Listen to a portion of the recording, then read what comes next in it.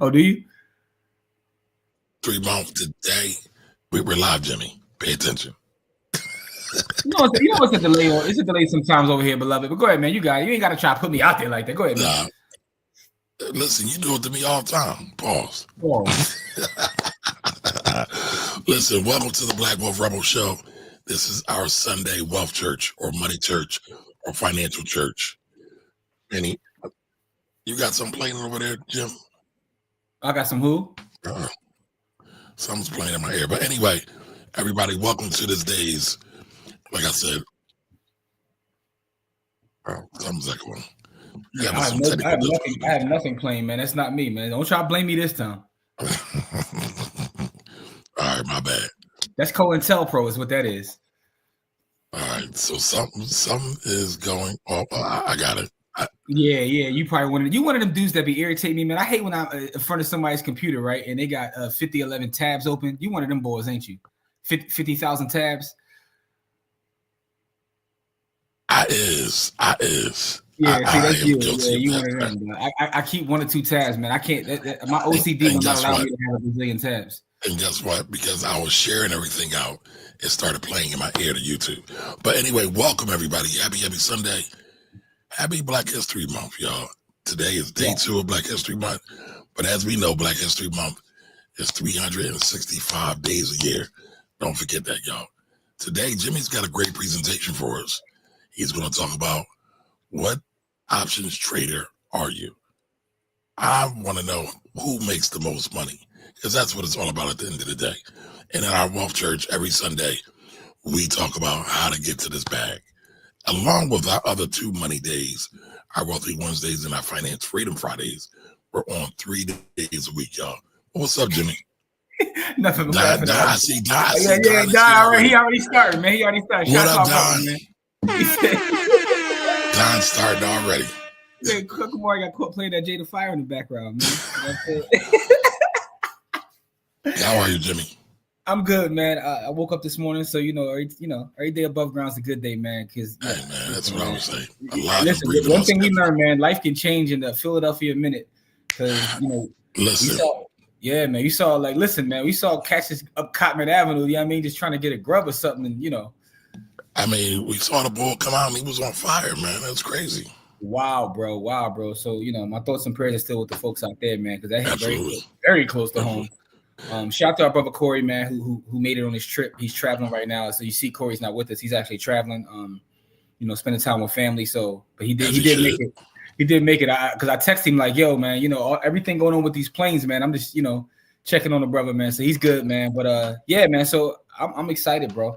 Another Sunday Finance Church. We get to talk about some money things.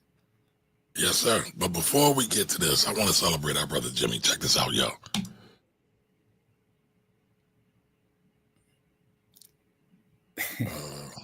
What's going on?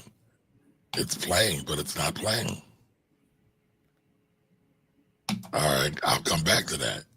Yeah. Right, well, before you do that, I just want to say, man, protect email that we can no longer celebrate Black History Month at work. How are they gonna stop you? So when they come in, are you talking about Black History? Why? What are you talking about? You mean they're not gonna have an official moment? You got a lunch break. You know what? I'm talking about. Look, y'all. I am in love with what's going on right now. Because, when your master don't want you no more, you might figure out that you don't need a master. And then the real revelation, you don't want a master. Hold on. I mean, that was Dr. Carr.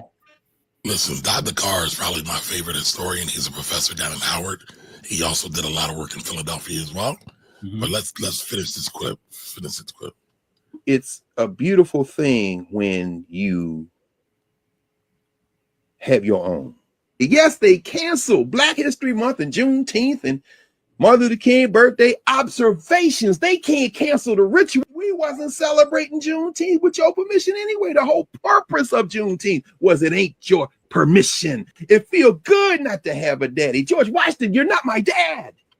And when you build something on your own narrative, newbie, it feel good not to worry about those things. We have everything we need. Yes, we do. We have everything we need. I think I might cut that one piece of the clip out just to use somewhere else. George Washington, you're not my dad. Listen, somebody tell Kanye West that. I mean, he said that about Trump though, but you know.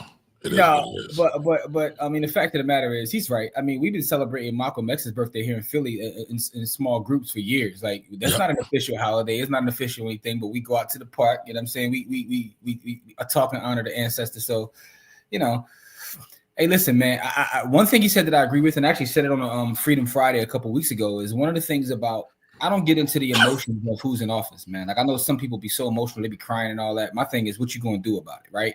But the other part about it is, sometimes when it's who people perceive to be the bad guy, people tend to get up and do more. You know what I mean? They tend to get up and do more. So I see the positive in this, honestly, because I got more people calling me trying to activate and do things in the community who are trying to get their finances together because they're scared. But this is making them take action. You know what I mean? What's the popular saying? What gets more attention, the carrot or the stick? And sadly, it's not the carrot. It's not the reward. It's not the positive reward. Mm-hmm. It's the negative thing, the stick. That ass whooping a lot of times gets more attention than praise. But you got to be careful with that. Yes. Now, I had another thing set up for Jimmy, but let's see if it'll work this time. Shout to my homeland. It's not working, y'all. I had it all set up. All right, but we'll come back to it. I'll get it together. But hey, man, listen, man. Protect Captain Ibrahim and all my folks, back in my homeland. Absolutely. You know what I'm saying? You know, I've been doing my research the last couple of days, man. You know, I'm fully vested. My flags will be here on Tuesday to let y'all know. You know what I mean? I'm flying my flags, man. And for those who have no idea what I'm talking about, I traced my family's lineage and found out that my family originates from Burkina Faso in West Africa. So I'm fully repping, you know what I'm saying? So, you know, that's what we're talking about right now. But we're going to get into the money talk in a second. Okay. Well, listen, go ahead and get it going. We'll come back and we'll talk about Burkina Faso in a minute. Yes. And by the way, before I even get started, the one thing I want to say is for those folks that have not yet, if you have not yet joined the village, please join the village. And that village is Black Wealth Rebels. Go to blackwealthrebels.com. We have various tiers. We have free tiers, you know what I'm saying? Paid tiers, the whole nine, whatever you want to do. I'm not trying to sell you anything, but I got stuff for sale. I say that because I'm going to take the class part of this morning's video, you know, make it separate and put it, you know, with all the other stuff that we have that is just for certain tiered members. But with that being said, let's get into types of options traders. We're going to talk about options trading this morning.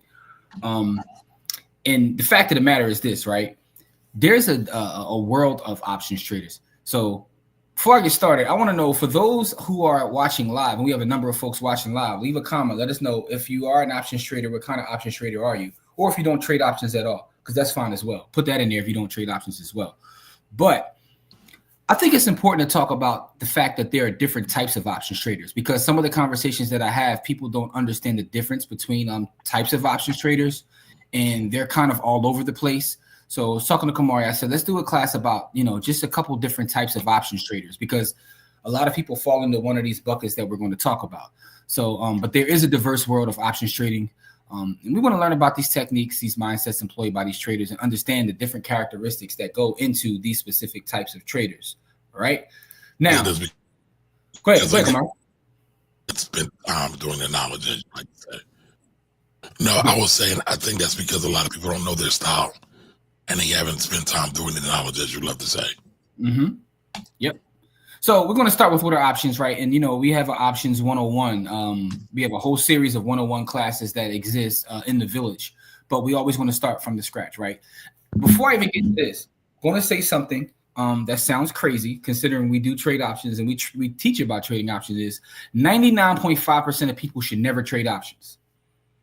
99.5% of people should never trade options. I'm going to repeat it again 3 times in honor of Dr. Umar.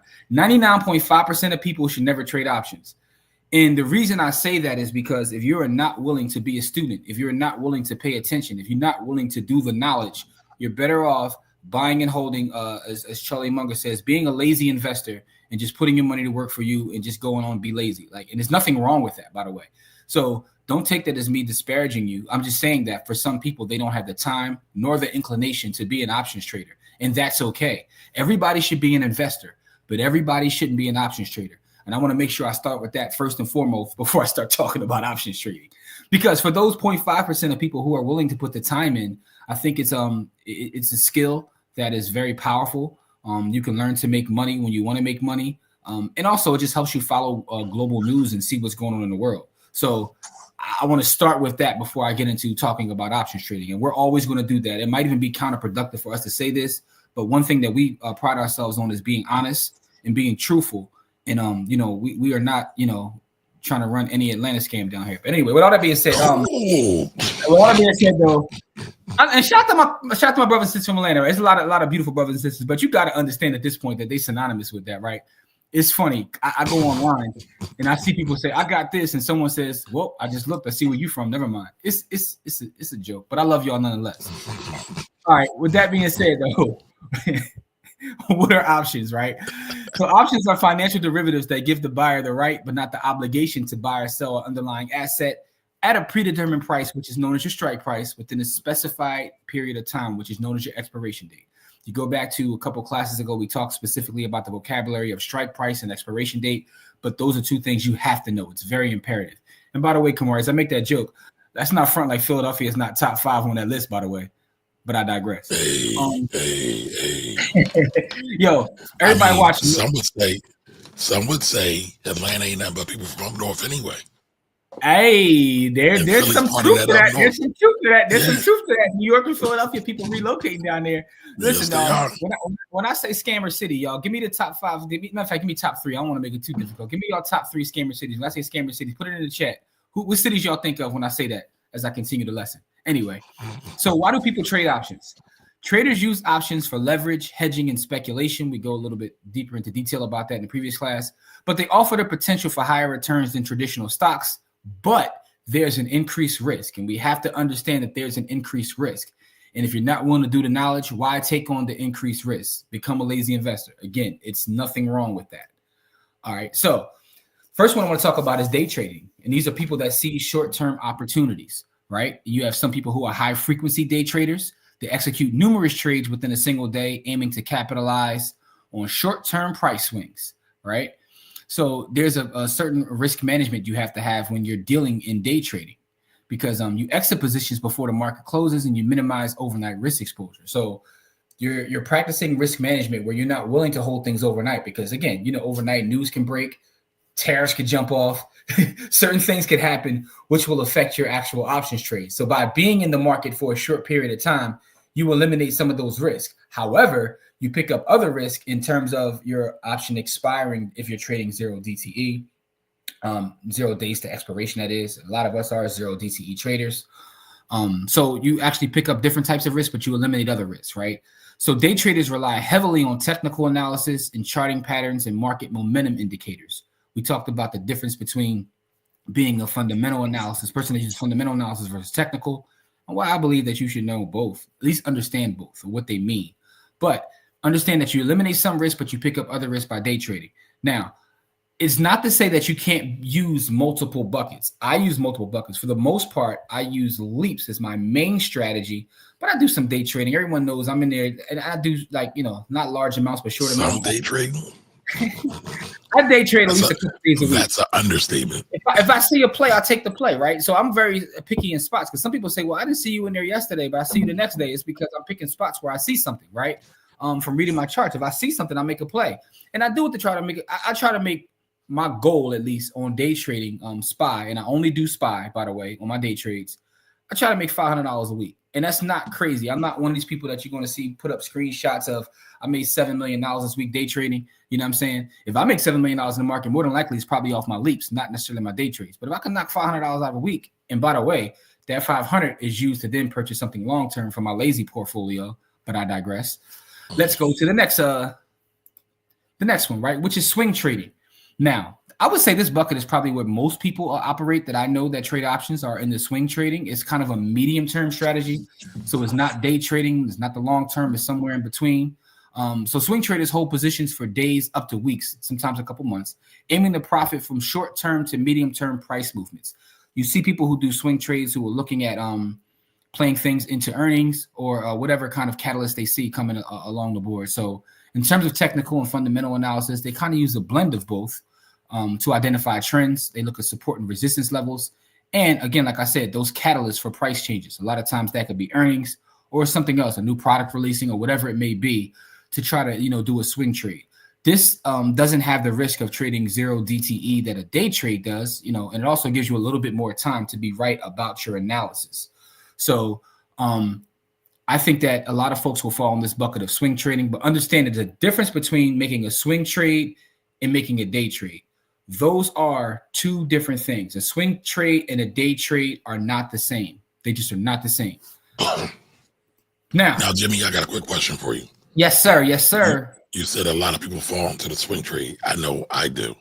Mm-hmm. But it seems like everybody only talks about day trading. Why do you think that is? Well, I think a lot of times when people talk about day trading, they're not even talking about day trading. I think that's the first part. Because they don't know what they're talking about. Yes, exactly. Everyone say, I'm a day trader. I bought this contract 4 months out. I'm like, well, you're not necessarily day trading if you're waiting 4 months for your analysis to kind of play out. So I think a lot of times people just don't understand it. And also, to be honest with you, sometimes people who do day trade will buy a longer term option, but still try to get out of it. Sometimes that happens, right? So even me with my leaps, and I've got criticized by some people that I actually trust and love and adore and who help me learn, because I'll take a leap option. And sometimes when I hit 100, 200%, I'm gone, right? Because I understand, look, I may have 2 more years left, but I made 100% of my money. I'm taking my bread. I want my bread. It's funny. My mentor, when I was professionally investing, he said nobody ever went broke taking profit. Nobody ever went broke taking profit. Now, that's what you're doing. No. The funny thing is, I thought that until one of my trading mentors, and by the way, who I'm speaking about right now is my brother Pass. I learned a lot from Pass. You see Pass in our comments often on Fridays. He's always there. He's always helping contribute and give away. Shout out to Pass. But Pass told me something that changed my perspective on that. On that, he said people do go broke taking profits. He said because what he found was people will take profits at say 20%, right? But then take losses at 100%. You can go broke if your losses are at a higher percentage than your profits. He said so. The key is to take losses, but take small losses and have big wins. Correct. So Pass kind of like changed my perspective on that. I said, yeah, you're right, because if I'm taking profits, but I'm taking bigger losses, I can go broke. Correct. Your win-loss ratio is upside down, man. Yes. So Pastor told me that. So shout out to our brother Pass, man. You'll catch him in the comments from time to time, but I learned that from him. All right. With that being said, position trading. This is more of a long-term perspective, right? It's a long-term investment. Position traders hold options for months, sometimes the years, seeking to capitalize on long-term market trends. They look at macroeconomics, right? Their decisions are heavily influenced by economic data, industry analysis, and market fundamentals. This takes patience and discipline. Position traders prioritize patience and discipline, making fewer trades with a focus on long-term gains. I would say this is my number one strategy. I do the 0 DTE. My number one strategy is right here in position trading. And by the way, I will put what I'm getting ready to show you. I'm going to put that in a village too, so you guys can get the link to buy this. But I often reference this book, Intrinsic, as an excellent book to read if you want to get into the strategy of position trading. To me, this is the best book that I've read on that. And it gives you a strategy. It's written by Mike Wynn, who I still have not been able to track down online. So I think that this is low key Nancy Pelosi's pen name, until proven otherwise. Because if you watch the way that she trades or what she does, it goes along the lines of intrinsic, which is why I say that. But position trading to me is the most powerful move because it gives you the ability to buy something on a long-term basis, but you're levering up by using options instead of hard shares. In the option space, I think this is the most powerful kind of trade you can make. All right, I love 0 DTE, right? Because I call that my reparations bucket. But position trading is where you really can build something long-term. And even though I take these long-term trades, like I said before, I had a couple micro-strategy trades that I had out to like 2026 that I cashed out a couple about a month ago or so, just because they were up like damn near 500%. It's like I am not leaving that out there. That's just me personally. One of the things I want to, good time to say this while we're in the middle of this conversation, is as an options trader, don't do what I do. Don't do what Kamari does. Don't do what you see anybody doing on any of these channels that you watch. Figure out what works for you. And when you figure out what works for you and you have a certain level of success, go crazy there, right? Because I had to give you the horn for that, Jimmy. Yeah, you gotta figure out what works for you and do that. This is what works for me. Position trading being my main objective, and then doing my 0 DTE, me and Spy rumbling. I'm actually looking at doing some data analysis on some other stuff too. We'll get into that in a minute. Let's keep it moving though. Let's talk about scalping. So scalping is when you profit from tiny price changes, right? So scalpers execute trades in seconds to minutes, aiming to capture small price discrepancies, right? And a lot of times this is done using automated systems. They often use automated trading systems to exploit market inefficiencies and execute trades at lightning speed. I see a lot of this happening in the crypto markets. And it's interesting. It's interesting about the crypto markets because people are using bots or whatever to take advantage of things, and they're scalping, and a lot of it is kind of like nefarious. So be careful dealing with bots. But some traders who have the ability to do this, they just want to scalp. They want to, literally scalp off profits. It requires high market liquidity and low bid-ask spreads to ensure successful order execution, which means that if you have an instrument that you're trying to scalp, right, and that bid-ask is very far apart, that means that there's not a lot of volume there, there's not a lot of liquidity in that market, then it's very difficult to do this. Something like SPY, people will do, right? Something like SPY, people will try to scalp from SPY, right? But you're not going to scalp from something random like VU, right? You're not going to scalp on VU, even though VU and SPY are the same thing, by the way. But VU doesn't have the market liquidity in terms of bid-ask, And Don will tell you this, Don buys a lot of Vanguard ETFs. Vanguard ETFs aren't great to trade. They're just not. For that reason. All right. So scalping is another different way that people operate in the market as a trader. Another one is income trading, where you generate consistent cash flow, where you sell premium. Income traders generate income by selling options, profiting from the premium received. So sometimes, right, if you own 100 shares of a company, you can sell calls against it. But you can do what's known as a poor man's cover call by owning a leap option and then selling premium against that. So with that being said, they focus on strategies that benefit from time decay in the Greeks, which is known as theta, right? So you'll see a lot of people who trade specifically on this. I've been doing a lot of research on this. I used to try to buy hundreds of shares of companies and then try to sell against it. And I stopped doing it because honestly, it didn't work for me personally because I got too emotional when my shares got called away. I felt some type of way about that. And I realized a lot of it was because of which specific premium I was selling. I was selling premium too close to where the actual price was. But again, if I'm doing this on a company that's very high in terms of volatility, my stuff gets called away, right? So I used to do this with I would buy thousands of shares of Riot when Riot was dirt cheap, and do this. So they kept getting called away. I say all that to say this: understand that you can lose your contract or your shares if you're selling premium against it. Now, there's the wheel strategy, right? The wheel strategy where you can consistently do this to make income. So within the options game, you can make income in options. Don't get it wrong. One of the things that I've been researching, which I was talking about a couple minutes ago, is I was looking at the price to buy some 2027s as far as I can go. I think last I looked, it was December 2027. I was looking at buying some SPY leaps, and I was looking at what that price would be. At the time I looked at it, it was about 15K, a little below 15K. And what I was trying to figure out is if I could spend 15K on that, what kind of cash flow can I generate from that? So I want to buy a leap option that has like a 70% delta, and I want to sell 30% calls against it, a 30% delta against it, right? And as I was looking at this, I was like, man, I could put up 15K and make about, anywhere between 300 to 800 bucks was the range I saw on a monthly basis.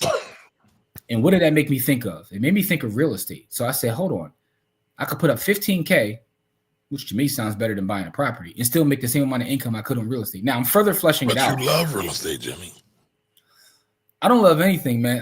It's funny. I was just reading one of Sam Zell's books earlier, and Sam Zell says he's a real estate guy. He was like, but I'm not a real estate guy. I'm an opportunist. Rest in peace to Sam Zell. He said he's an opportunist. He was like, Real estate is just what provided me the opportunity. But if I could find anything else I can make some chicken off of, that's what I'm gonna do. I'm an opportunist. So I love Bitcoin.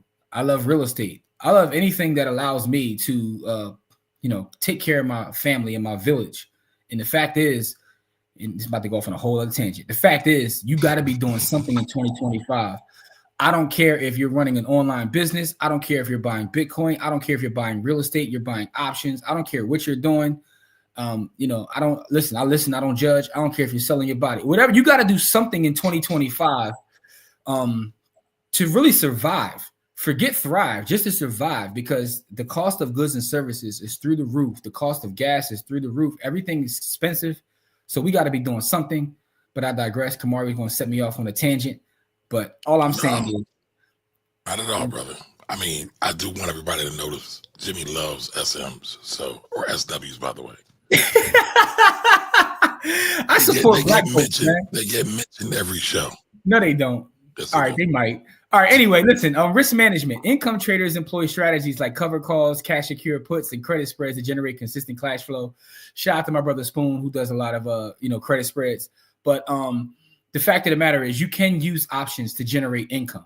But the point I was making in doing the research that I'm doing is, coming from the real estate space, my background is in real estate. And I look at the cash flow of an average rental, an average door. And I look at the acquisition cost of an average door. To me, it's something that we talked about weeks ago, Kamari. I don't know if we were online or offline, but we were talking about the idea of capital allocation, right?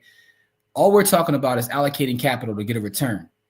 So the fact of the matter is, the risk versus the risk. Always got to look at the risk. Always got to look at the risk. And that's the thing about real estate, right? It may be less risky, but if you understand how to move out of, a cover call into a cash secure put, you minimize the risk there. Right. And you don't have to deal with toilets, tenants, taxes, and termites, the 4 T's. Right. So all I'm saying that to say is that there are abilities to generate the same kind of income that you generate in real estate within the market if you know what you're doing. But again, most people shouldn't go this far if you're not willing to do the knowledge. You have to be willing to do the knowledge. But let's move on.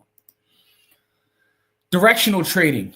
Price movement, right? So if you feel like the market is going to be bullish or bearish, you can look at the momentum. So directional traders, they bet on the direction of the underlying asset. You can use calls for bullish outlooks and puts for bearish outlooks. I know some people always get bulls and bears confused, right?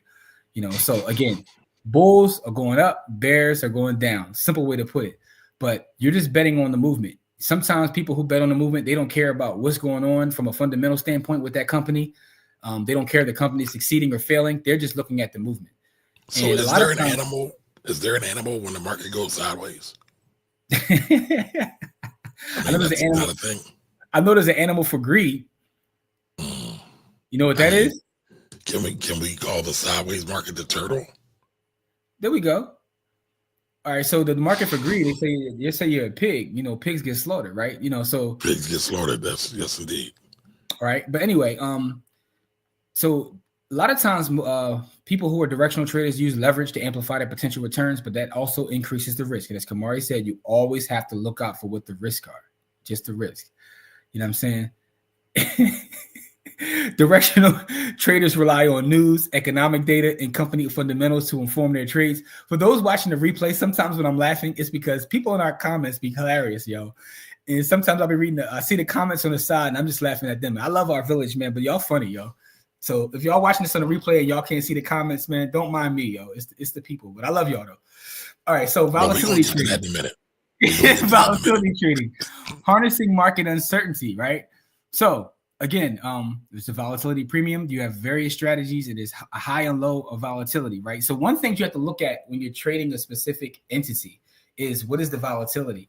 Because I see people who get in these trades of things that just aren't volatile and they wonder why they're not moving. They have, to quote Kamari, this turtle movement.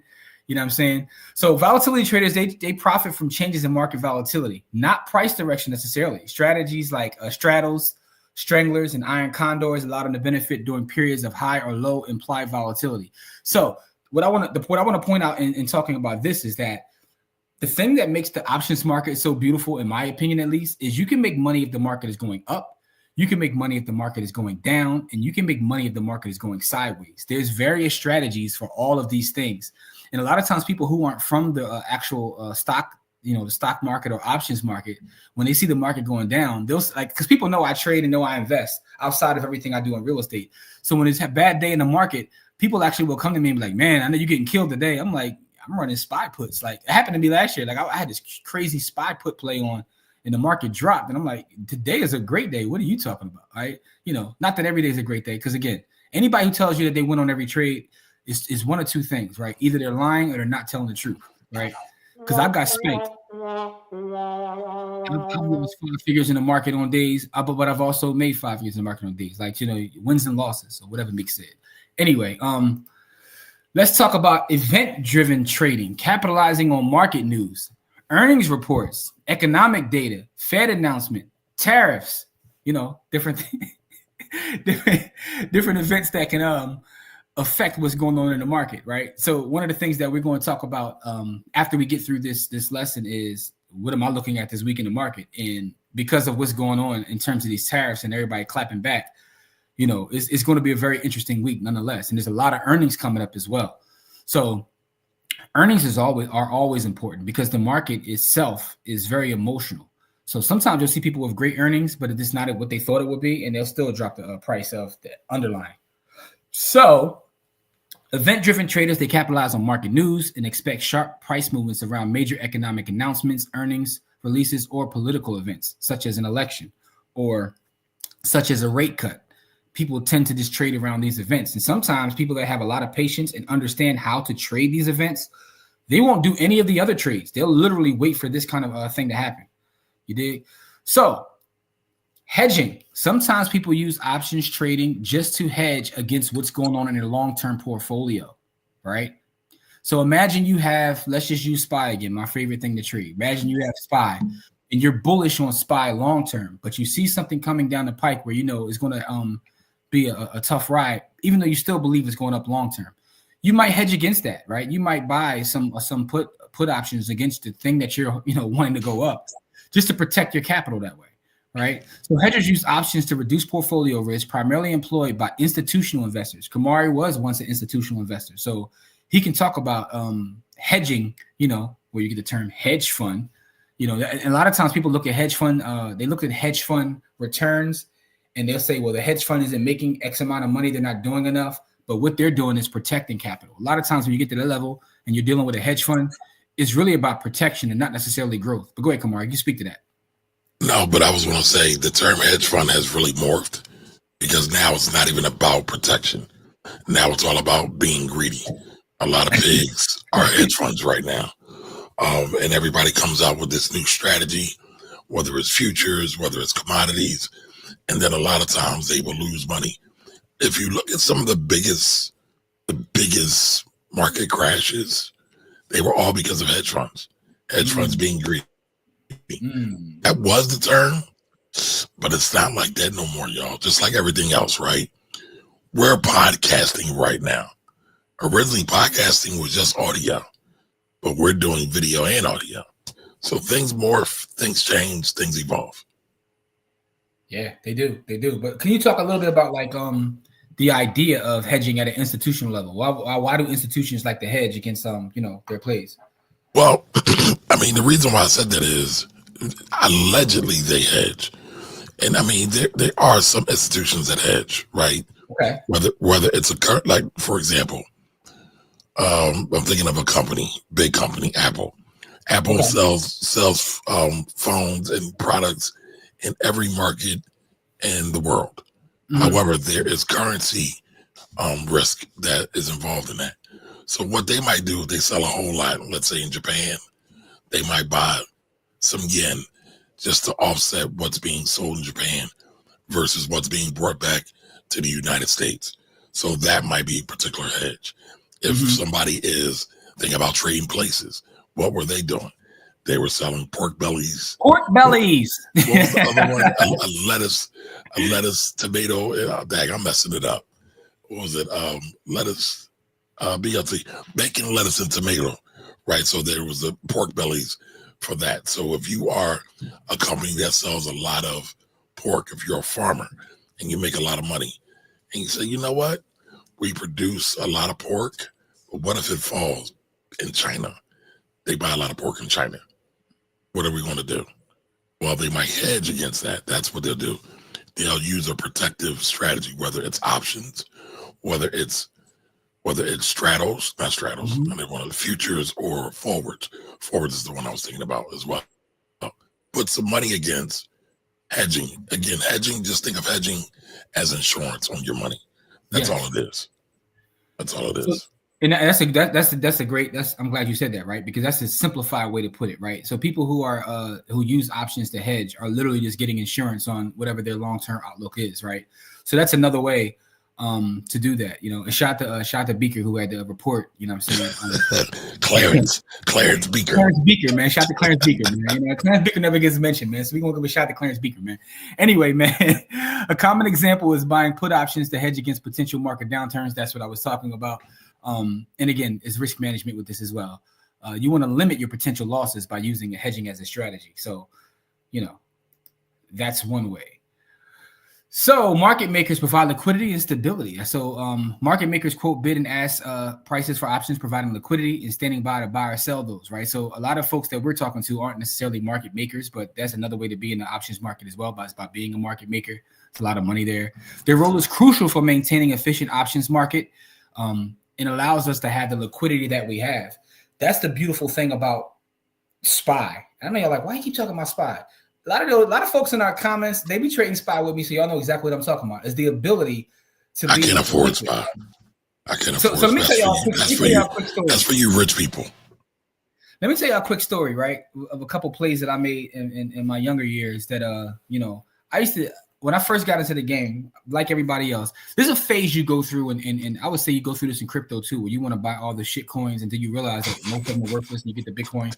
But in trading, there's a phase you go through too, right? Where you look at some of the blue chip companies and you feel like they cost too much. So what you try to do is you try to go do what's called penny stocks, right? So I went through that phase when I first got in the game, you know, late 90s, early 2000s. Yeah, your boy is old.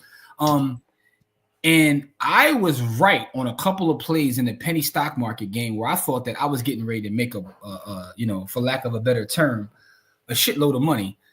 And I couldn't get out of the trade. There was no liquidity there. I'm looking on the screen, you're up 1,000%, but I can't make any of the money. There's nothing that, you know, feels this bad outside of possibly losing a loved one, where you feel like you got changing money and you can't get to it because there's no liquidity in the market. And I realized through that experience that, a lot of these penny stocks don't have liquidity. They're trash. They're trash. That too. I mean, it's a reason they're penny, but they don't have liquidity. And, you know, and by the way, this wasn't an options trade. I was buying hard shares and then trying to get out of the hard shares once the value of said hard shares allegedly went up. I did this a couple times and then I realized I just stayed away from them. I give you an exact company. One of them was this is gonna sound crazy, y'all. It's gonna sound real quick. Again, I was young. There was a company, it was called the Hip Hop Soda Shop, right? And that's a real thing. That's a real thing. You can look it up. This was years ago. They were supposed to be like Dave and Buster's Hard Rock Cafe, but a hip hop theme, right? So all their, you know, they had like, you know, the Biggie Small Shake and, you know, it's a hip hop theme, right? And I'm gonna tell you when I knew they was in trouble. So Warren Sapp had invested millions in this. Right, I had a bunch of their shares as a penny stock. When I talk about a bunch of their shares, I think I might have had 6 figures in shares. Like it was very cheap though. Don't think I was wait. 6 figures of value or 6 figures in shares? Oh, 6 figures in shares. I just want to be clear. No, 6 figures in shares, not 6 figures in value. 6 figures in shares. But my whole thing was, if we get to, you know, $5, then your boy is about to be off here, right? This is a true story. He was going to retire to Jamaica. Listen, I'd have been in Burkina Faso right now. Listen, all I'm saying is this. I'm willing to share my losses too. This was a learning lesson, right? And I knew they were in trouble because they had one opening, was in Florida, I believe, right? You know, and then first of all, when I saw NFL athletes investing in it, I knew I was in trouble because I never want to be an investment day in because most of them, I digress. The shade.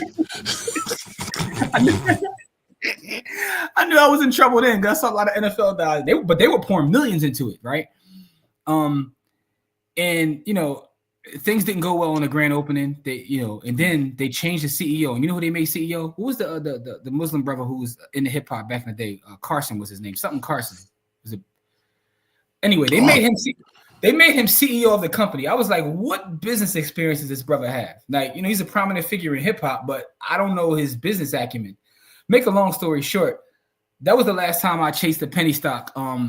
Because my dreams were shattered, man. You know what I mean? You know how it is, like, right? For those that have played the lottery before, when you see the Mega Millions or the Powerball, right? And you play that $1 ticket, and then you spend the whole night dreaming about what you're gonna do when you hit, just to never hit. Anyway, I digress. But I had a 6 figures worth of shares in that company, and I was planning my entire future. But I don't trade penny stocks anymore. I was a young kid learning the game. But I'm bringing all that up because liquidity is important. When you're trading whatever it is you're trading, the reason that I focus on SPY is for liquidity, because I've never had an issue getting in and out of a trade and making profits with SPY because of how liquid it is. I believe, and someone can look this up, that SPY is the most liquid asset there is on the market. Someone can tell me if I'm wrong about that, but I have read that before. You know what I mean? So, well, it's bonds, but yeah, it's a lot. Yeah. Oh, but bonds are more liquid in 2025. You think bonds are more liquid than SPY? Well, just overall, but I want y'all people to pick up something. Did y'all pick up? Jimmy just slandered me that whole story because he's basically saying, since I ain't got enough money to buy a SPY contract, he just said I was buying penny stocks. But go ahead. No, listen, SPY is not as expensive as you think it is, right? So, like, for instance, me and Dina be in the village trading on a daily basis, and a lot of times I'll buy like 3 0 DTE contracts. I bought 7 last week. I bought 7. Each contract is probably like a buck and some change. So cut it out, man. Cut it out, man. It says the guy. Those not the only ones he buy, but go ahead. If you stop carrying so much cash around like this is 1942, then maybe you can get it in the market and get some of this chicken. But I digress. Listen, man, cash saved my life. I love cash. I'm sorry. Cash should be a part of everybody's asset allocation. I'm sorry. In Kamari's opinion, you think a DJ saved your life. Anyway, algorithmic trading, right? So algorithmic trading is automatic execution. And you will see a lot of people at high levels who use algorithmic trading. So algorithmic traders rely on automated systems to execute trades at lightning speeds. Strategies include statistical arbitrage, AI-driven models, and high-frequency trading algorithms. High-frequency trading algorithms. So, if you're at that level, and again, a lot of institutions do this as well, and arbitrage is a real thing. You see a lot of arbitrage back in the day with Bitcoin before it became kind of matured as a market the way it is now. You would see people looking at what it would trade for, say, in Japan versus here, and then do like a little arbitrage play that way. But you don't see it as much as you used to. Yeah, there's too much liquidity now. Choosing your path, finding your trading style, right? Risk tolerance. So I think that everybody should have their main thing. I'm not saying that you can't flirt with the other ones, right? You know what I'm saying? But you should have your main thing. Get your main squeeze and couple sides. So what I'm saying is everybody should have their main thing. Select a trading style. That depends on your risk tolerance, your trading goals, and experience level. And the other thing I'll put in there is your time, right? You can't be, working at a place where now. Let me qualify this too, right? There are things you can do, such as OTO orders, where you put a trade in, right? One OCO orders, rather. One cancels the other. OCO, where you put in a trade, say if it goes here, cash me out, and if it falls this, cash me out. You can do that. So that will eliminate your need to actually stare at the screen all day, because I don't like staring at the screen all day myself. But understand that if you don't have the time, first off, like I said as we begin this lesson, if you don't have the time, you shouldn't be trading to begin.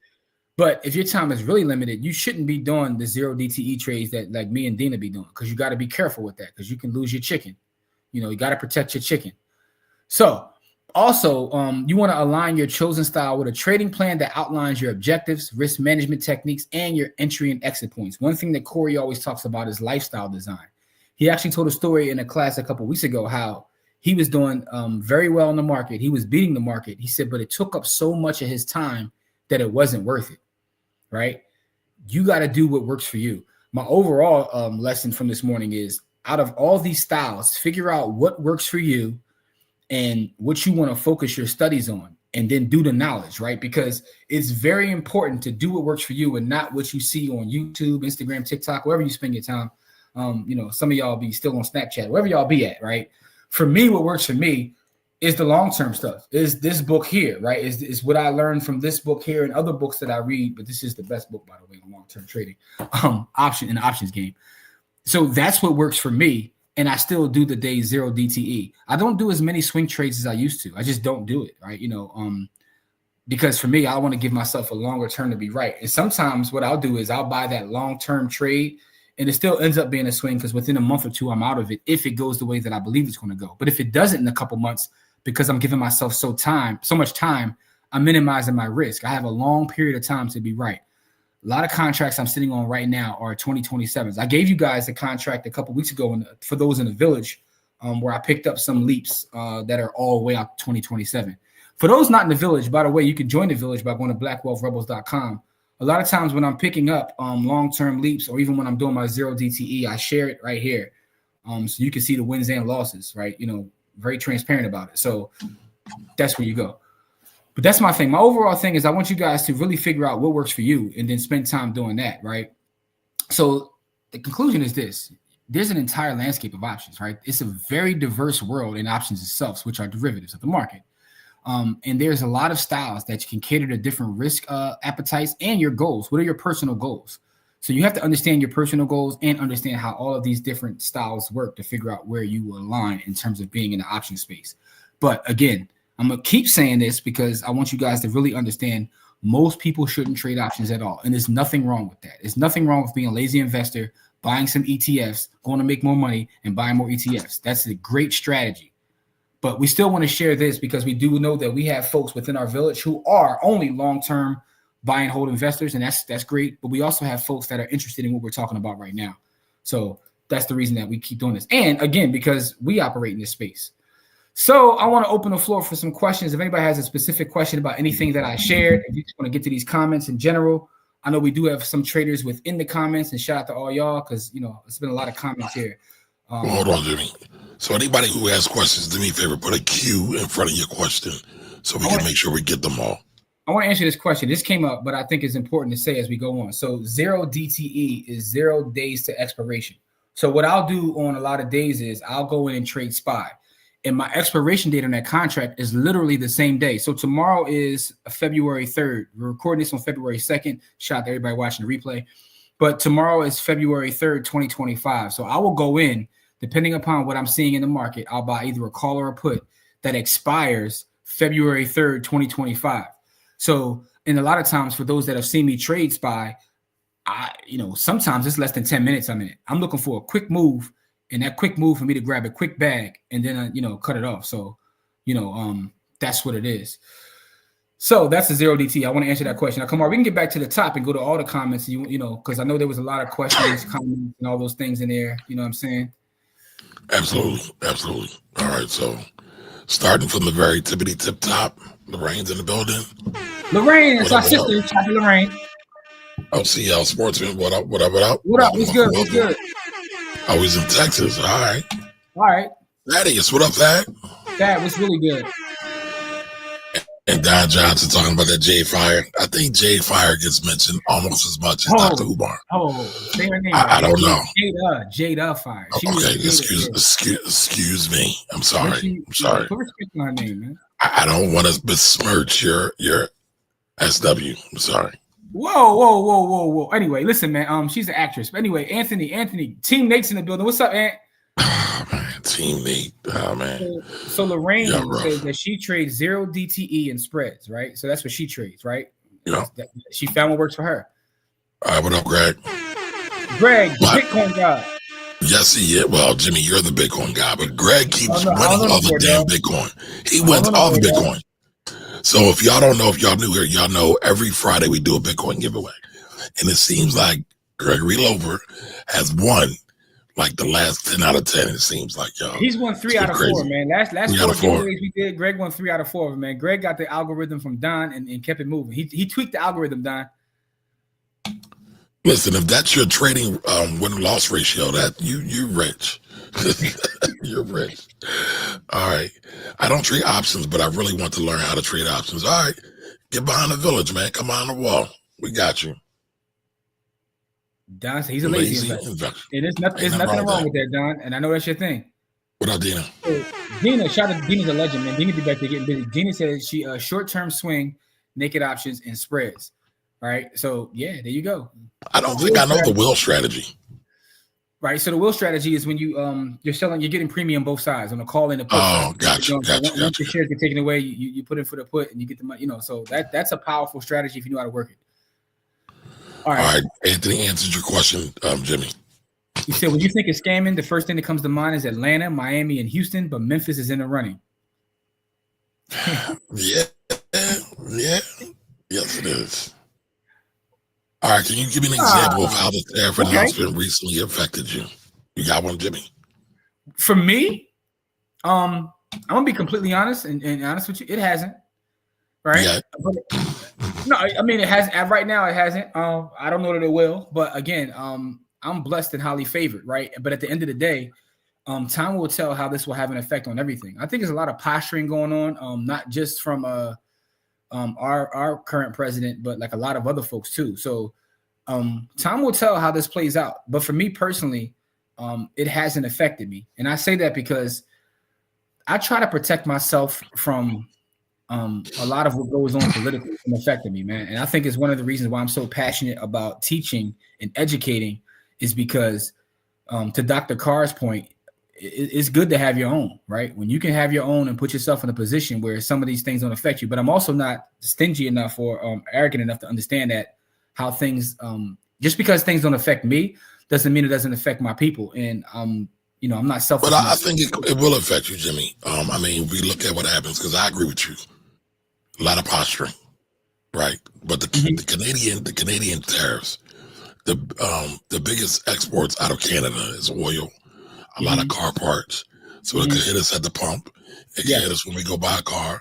It could go hit us when we go get a fixed car. Did you peep that on the oil ones that the tariffs are lower? Like he put I didn't read it yet. No, he put 25 on everything else, but on oil is only 10. That's crazy. You peep that, right? So, by the way, Canadian bacon is overrated anyway. So doesn't peep that. Not Canadian turkey bacon, by the way. Well, that's the only one I would eat, dog. You know what I'm saying? Okay. I don't eat pork. You got to make the distinction. You got to make the distinction. But even turkey bacon, it's dog. Just like, come on, I'm not baking in those circles, you dog. say Jesus. No, but it's just like when you say Jesus, you got to say black Jesus because you got to make the distinction. I'm just saying. Listen, man, as a brother from Burkina Faso, never mind. Let's just keep it moving, man. And so Dina said, that's my day trading goal each week. All right, so we on the same page, man. Little $500 a week. The way I look at this, right, if I can make $500 a week day trading SPY, again, my brain works everything real estate. I have rental properties that they're appreciating in value, so I'm not going to get upset about it. But literally after expenses, I cash flow a couple $100, $250. But if I can make more than that in 1 week, it kind of, a lot of people say, no brainer.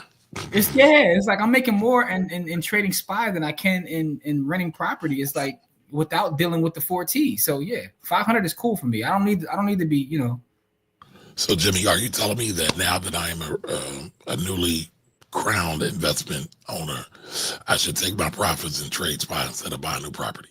Listen, man, I was telling you this yesterday. I'll share with our audience here. I'm actually going to do a whole video about it. But one of the most inspirational books that I've read over the last couple of years is called The Richest Woman in America, which is about Hetty Green. And Hetty Green had a couple rules, which were get a profitable business, take part of the profits and invest, and don't over leverage or use margin. Really just those three things, right? And then and also she said something before, Buffett kind of stole her whole quote. When people don't want an asset and it's a good asset, you buy it. And when too many people want it, you sell it. And that was literally her whole rule book. And she was worth $100 million in the Gilded Age, like 1920s, 30s. Like, so, but her book was very inspiring, and how she got done in history is really speaks to how the country hates women, but I digress. I'll get into that in my longer form video. But I say that to say this, Kamari. If you have real estate, right? This is why I said this at Camille's event. Shout out to Camille. I saw her in the chat. Real estate to me is still the best business in the world. But if I'm able to take my profits from real estate and then like take them into the market or save in Bitcoin the way I do, and then make my profits go even further, to me, that is the trifecta of building wealth in 2025. I could take my profits from real estate and then get a way higher percentage in terms of what I do in the market. What I do in the market, real estate can't make me, but real estate will give me the tax breaks. It will give me the great business that allows me to then take that income and then put it into the market. So That's what I'm telling you as a newly minted landlord. I know you got a gazillion units now. Kamari is, lies. Kamari got commercial space and everything, man. Like Kamari, he the black Sam Zell out here, man. Listen, if that could happen, wait, that man had the most doors out of anybody at one point. What up, John? Welcome. Call you Mar Peebles, man. Mar Peebles. Nah, I'm cool with that. You don't mess with Don Peebles? Nah, listen, I want to get low. I don't want nobody to know what I got. Oh, that was also Eddie Green. Eddie Green did not believe in ostentatious behavior. He got low. I mean, we saw what happened to Frank Lucas when he put that fur on. OCL Sportsman. I don't know enough to options trade. I only started taking retirement portfolio risk outside of low risk investments in the last 3 years, stock shares and senior notes. I'm not mad at you. And also, I think that one of the things that I see online all the time that really boils my biscuits are the quote unquote finfluencers who disrespect the retirement accounts. And most of the time when I see them do it and they explain why, I was going to say it a different way. Because I don't want to call them idiots because a lot of times they don't understand, right? They do understand. So listen, and not all, right? We're speaking to the group. Most of them have never worked in finance in any kind of position at all. They just read a book. They're great presenters. They're great actors. And then they present it to the world. Yeah, but I think that and there was a study, I think it was Fidelity or Schwab, one of them did a study about like the idea that, and this was as of 2023, I believe, there were more millionaires made in retirement accounts than anything else. Correct. It used to be real estate, but now even retirement accounts even surpass real estate, right? And there was also a study, this study was done by Fidelity, that said that their clients that had the best returns were their dead clients, right? Oh, wow. Right. But the point of them like releasing those numbers were the fact they were saying is because the dead clients and family who's never came to get their proceeds, they didn't touch it.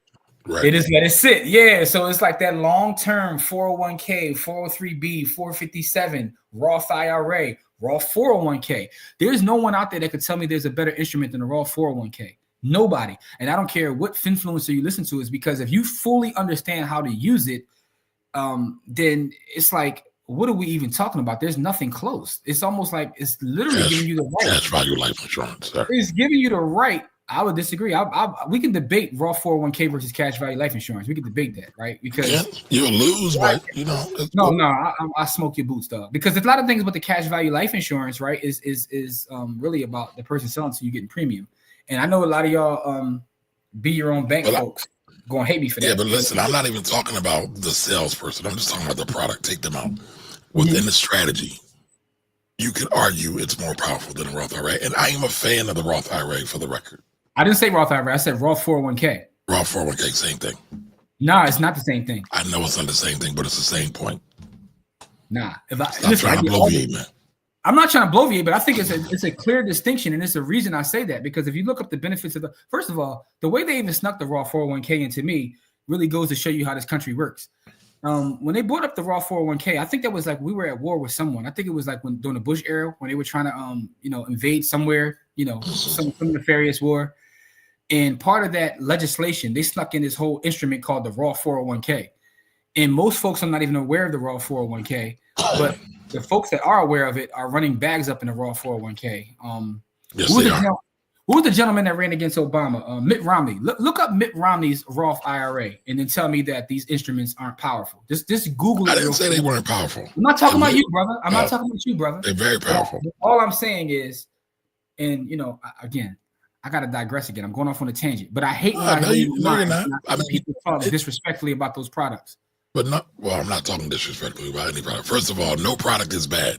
The only thing is bad strategy, because most people don't understand how financial products work.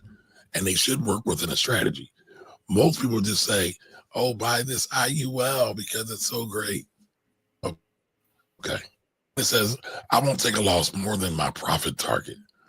I'll get out first. Shout out to Dana. All right, Thad said entry and exit strategies matter. Yep. All right, what up, Dave? Welcome. Dave, what's really good? Dave's here to help. I love that name. All right, OC Sportsman. With the $2 super chat. Salute. Appreciate you. Listen, information is what we do. We're here at least 3 times a week. Again, we are the Black Wolf Rebels. Yes. We are here Wednesday, Friday, Sunday, and sometimes a couple in between slots when we get time. All right. Okay, Pelosi news is what. So is it Pelosi or her husband? Or both. That's a joke. All right. Okay. OC said Erica and Diamond Dave sitting over there. All right. Shout out to both man, of them. Shout out to, yes, that's our family, man. Yes, it is. All right. And there's Camille. Hey, Camille. And by the way, side note, me, Camille, and Kamari got a free webinar coming up. I'll put the link in the chat if anybody wants to learn about it. It's called Bitcoin, Taxes, and Real Estate. Yeah. So Jimmy is the Bitcoin guy. Camille gets busy on the real estate. I get busy on taxes, and I'm a pup. Well, technically, I'm not a pup. I've been actually in real estate longer than both of them, but I don't love it as much as them. They got it. They better than me. You see how he say I've been in real estate longer than both of them? How can you say that? Because I was born into it. Technically, I mean, I was born into it. I mean, so was I. But I digress. It's cool. It's all right. I mean, okay. Well, I didn't know that. You are older than me, though. You are older than me, so I'll give you that. But listen, you can have it. I don't want it. Plus, you trying to be older. You added years on to your life a couple of days ago. You told me you was, you said you about to. I round up, man. I just round up. Yeah, I'm not as smart as I to show. Y'all know, I only went to high school. I didn't go to Central. There's a whole shout out to all my Central grads, strategy man. there. Greatest high school in the world, man. Shout out to Camille too, though. We got the free webinar coming up. That's gonna be fun. Me and my homie Camille. All right, not just real estate. Yeah. Oh boy, says selling that monkey, whatever works. Listen, Jimmy is all about selling that monkey. Hey, yo, you gonna stop putting smut on my name, dog. You trying to paint this picture, man. I support everybody black. That's all it is. Okay. But you just so happen to support. You just so happen to support those that sell the monkey more than I others. Listen. I don't judge. I listen. I don't judge. Right. All right. What up? The Side Hustler Society. What up, Elijah? Thank you for the $5 chat. Oh, that's a dope name too. Yes, it is. Everybody go follow the Side Hustler Society. That's my man Elijah over there. Thank you. Shout out to Elijah, man. Chat. That's appreciate a dope name. that. Thunder's in the building. All right. Jigga's in the building. Detroit's out here. All right, Scorpio C. Oh, where you been, Charlie? I didn't know you was on the tube. You been missing. What up? All right, we got the Captured Soul. Yes. Frozen concentrate orange juice. Yes, that's a reference to Trading Places. Yeah. One of the greatest movies ever. No, it's the greatest. It's my personal favorite movie. But I think Eddie Murphy might be the greatest filmmaker of all time. I'm not going to argue that, right? I'm not going to argue that. I probably could argue it, but I'm not going to argue it but that's why Trading Places is my personal favorite film, because it has finance, which I love. It has Eddie at the peak of his powers, right? It's at his peak powers. It's in Philadelphia. Like, it has all the things that makes it my favorite movie. All the elements. Yeah. But I mean, the thing about Eddie is, right, and some might say he didn't direct or he didn't produce all of them, but he did direct and produce a lot of them. So Trading Places, Harlem Nights, Coming to America, Beverly Hills Cop, like 48 Hours, The Golden Child, Coming to America. And here's the thing: Life. Out of all those movies, I believe everybody in this quote can name at least one line out of all those movies. I don't know if anybody has a better body of work, right? Even I don't like all his movies, because some of the stuff he did later I didn't like, but when you just look at it, Norbit. That wasn't my thing. But when you look at it in its totality, though, I don't know if anybody has a better body of work. In the chat, if y'all can think of anybody that has a close body of work, put that in the chat, though. I'd love to see what somebody says, man. But anyway, so Dina says, SPY, debit or credit spreads are good when you don't want to risk as much money. Exactly. That's all. Listen. That's all. Them SPY contracts is hefty. Oh, I gotta get my weed up. Here he go. He probably got a couple $1,000s in cash in his pocket. Like, listen, we went out to dinner a little while ago, right? So it was a bunch of us at dinner. We sitting at a table, and we don't believe in I pay for this, so we always split the bill, right? So we just pull our cards out, split the bill. So it was like 10 of us. We all pull our cards out. Here comes Kamari, like he's in like 1940s. He pulled out a knot that was like, look, I ain't gonna lie to y'all, that joint was like this big. Pulled a knot out of his pocket. I'm like, dog, what year is we in? Why are you pulling out cash, big? Cash is king. Will always be. Always is. Walk around with cash, like yeah. I think you work in the underworld or something, man. You got something going on in the underworld where you got to. Listen, I wish.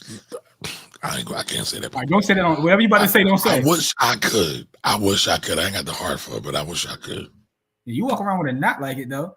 All right, Lisa J. Styles. Lisa, what's good, Lisa? But listen, I'm gonna say this. I'm gonna just say this.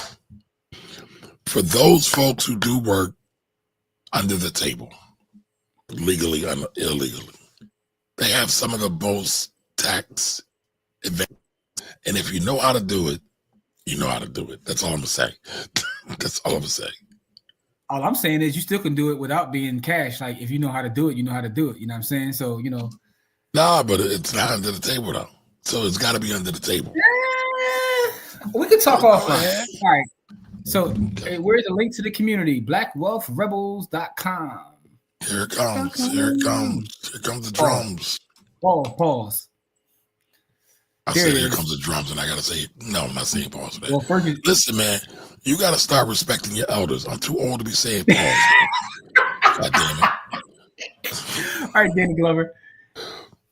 All right, we got to that already. Yeah, so in terms of trading though, the trading part of it, like we'll see tomorrow. Like the market really hasn't been open as of yet. Right. So what Lorraine said basically. Correct. Lorraine's on point. We about to see though. All right. Solomon strategies and 1-bit-16 Delta short puts and Mar. What is Mar? Mar is it's a Bitcoin miner. Okay. It's a Bitcoin miner. Yeah. Oh, okay. Okay. So that's interesting. I'll go back to that because I gotta look that up because he may. I mean, let me take a picture of this because shout out to Pele Fuentes because you might get. I'm gonna look this up. Hold up, I'm taking a picture right now on my phone. I got it because I was a lot of the stuff that I was doing in MicroStrategy because I cashed out of my MicroStrategy longs. I was looking at using IBIT, but now I want to take a look at this. Selling strangles in IBIT 16 Delta. Yeah, I'm gonna look at that. So shout out to you for that. Lorraine says tariffs will have many effects on the economy, i.e. gas, lumber, steel, wheat, grains, fruits, veggies, coffee. Listen, that coffee one for Colombia, that's going to be a problem. That's going to be a problem for a lot of people. Colombia, coffee might have the most volume in terms of commodities trading every day. I got to look it back up. I know at one point it did. But it's funny though, because I heard years ago, one of the executives at Starbucks was like, he was jokingly saying it. He was like, "Hey, coffee is like oil to us. It's our new oil." It's like correct the way Americans operate in terms of coffee. When folks don't get their coffee, it's a problem. St. Louis in the building. What up, St. Louis? What up? You know what I'm saying? I ain't got no coffee in here. I just want to, show my cup too, though. Okay, I like that. So I guess we gotta get Black Wolf. We gotta get Black Wolf Rebels comes next. We do. Hey, but the Stats at Trying podcast, it drops in the community before it drops on YouTube, by the way. Did he read that question for me, please? All right, so question. I am new to options trading. I would like to start to average $100 a day and then build to 125, 150, and so on. My question is, what should my reinvestment be based on my profits? Right now it's 50%. So when you say your reinvestment, are you mean reinvesting back into your options? Is that what the question you're asking? I think that's how I'm assuming that's what he's asking. What should my reinvestment be based on my profits? So if your profits are $100 a day, that really depends upon how much it's costing you to make said $100 a day, right? What are you trading to make the $100 a day? And do you need to increase that to make more? So I'm trying to fully understand your question. For me, the way I do it, and I can tell you this, is I have a certain amount of money that I will keep in an account. For my day trading account, honestly, I only keep about 10K in there. And I keep 10K in there because I'm not going to need more than 10K to make $100 a day, right? But I also, it's another tip that you may want to use, pause, I separate my options trading accounts in different accounts. So the account that I buy my long-term leaps in, I use SoFi for that for whatever reason. I have a long-term account that I just buy leaps in. My short-term day trading account, right? I have a cash account with Schwab. Then I have another account that has margin on it. I don't use margin, don't believe in using margin. But the reason I keep them all separate is because I used to do swings, longs, and days, and I like to have them in different buckets. So therefore, when I'm making profit, I know where to allocate said profit. For my $100 a day, I put the whole thing into long-term holds because I have that 10K. As long as I keep that 10K at 10K, right? So if I have a bad week and that 10K falls below 10K, I'll build it back up to where I have 10K. But as long as that's at 10K, everything that I make from $100 a day goes into a long-term hold. Most recently, like I shared in the village, I've been building up a long position in top T, and I'm consistently building up a long position in top T, right? I have a Kamar, you kind of muted. I can't hear you. I don't know what's going on with you. Yeah. My mic was off. Sorry. I was asking, can I borrow a dollar? I mean, I wish my account had 10K in it. Reach in your pocket and take it out, beloved. I don't have it, man. I don't have it. But question for you, right? So you said if you take a dip below 10K, so will you then transfer money back in, or will you just do some trades to get back up to the 10K? I'll do trades to get it back up to the 10K. Right? Okay. I'll do trades to get it back up to the 10K because a lot of times the risk, I take small risk. And again, you guys see the trades I make on a daily trade, right? So even those days where I'm making $100 a day, even if everything was to go, and again, I'll never take 100% loss. But if I was to take 100% loss on a lot of those trades, my 100% loss would probably be $500-$600, right? So then it just take me a couple of days to try to get it back up to where I'm at the 10K again. But that 10K is just it was a good number for me, to have that in there. Now if I see something that's a real crazy play, I'll drop 10K on one trade and then try to get a bigger bag if I see something. Can I have the knife, please? I want the knife. Yeah. He's got so many quotables. Yeah. Right. Don't forget Beverly Cops. Yeah, I agree. The banana in the tailpipe. I even like the new one. I even like the new one on Netflix. I've started. I haven't finished it yet. Did you consider a class for no investors that involves a small cap? Yep. I actually have one. I just need to upload it to the village, and we need to make some tweaks to it, but it'll be a good baseline for us. So back there now, we have some older content we did a long time ago. We have Intro to the Stock Market, which is very, very. That's right. I forgot about that. Yeah. We also have Options 101, which starts from the beginning in terms of options. We do have an Options 101, thread that goes on back there in the village as well. So we're consistently adding stuff. I was trying to do a count of just the amount of shows and classes that are back there. It's in the hundreds already, and it's going to continuously grow. Just my Stack Sats or Die Trying podcast alone, I think is like close to 50 pieces of content there just for that. But yeah, we're consistently adding things to the village. So yeah, it's going to continuously grow. Every one of Eddie Murphy's movies have black people in a position of power, even in Pluto Nash. And it's funny, right? Never be thought about that. They talk. No, we actually did a show on it. People don't realize how much Eddie has done for black entertainers, right? Richard Pryor, Red Fox, right? That Red Fox with Harlem Nights was largely because of taxes. They was trying to bail Red Fox out again because he kept getting in trouble paying his taxes. Yo, I don't know if y'all peeped this, right? I don't know if y'all peeped this. It don't matter what we talking about. Kamar will find a way to bring up taxes. Like we could be. You know why? Because taxes are a part of everything. You ain't got to tell me. I know you about to say that. Exactly. Am I lying? Listen, man, we could be talking about no. Answer am I lying? I need an answer to this. Am I lying? Possibly not. Now we could be talking about a coaster, right? A coaster. I got a coaster on my table, by the way, for my cup. You see how Kamari make this? Let me see. Make this about taxes. By the way, my coaster is fire, by the way. But make this about taxes. How does that Whitney? Of course it is, man. Because you had to pay sales tax on that. Listen, every financial transaction. Like that. Even my mouse, man. One United Bank. I love that. But anyway, I'm sorry. I love that.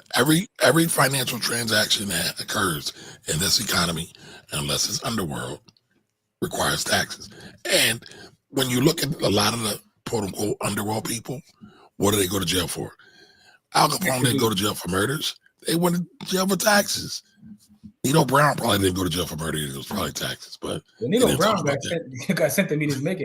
His soul was required in there, All right. So,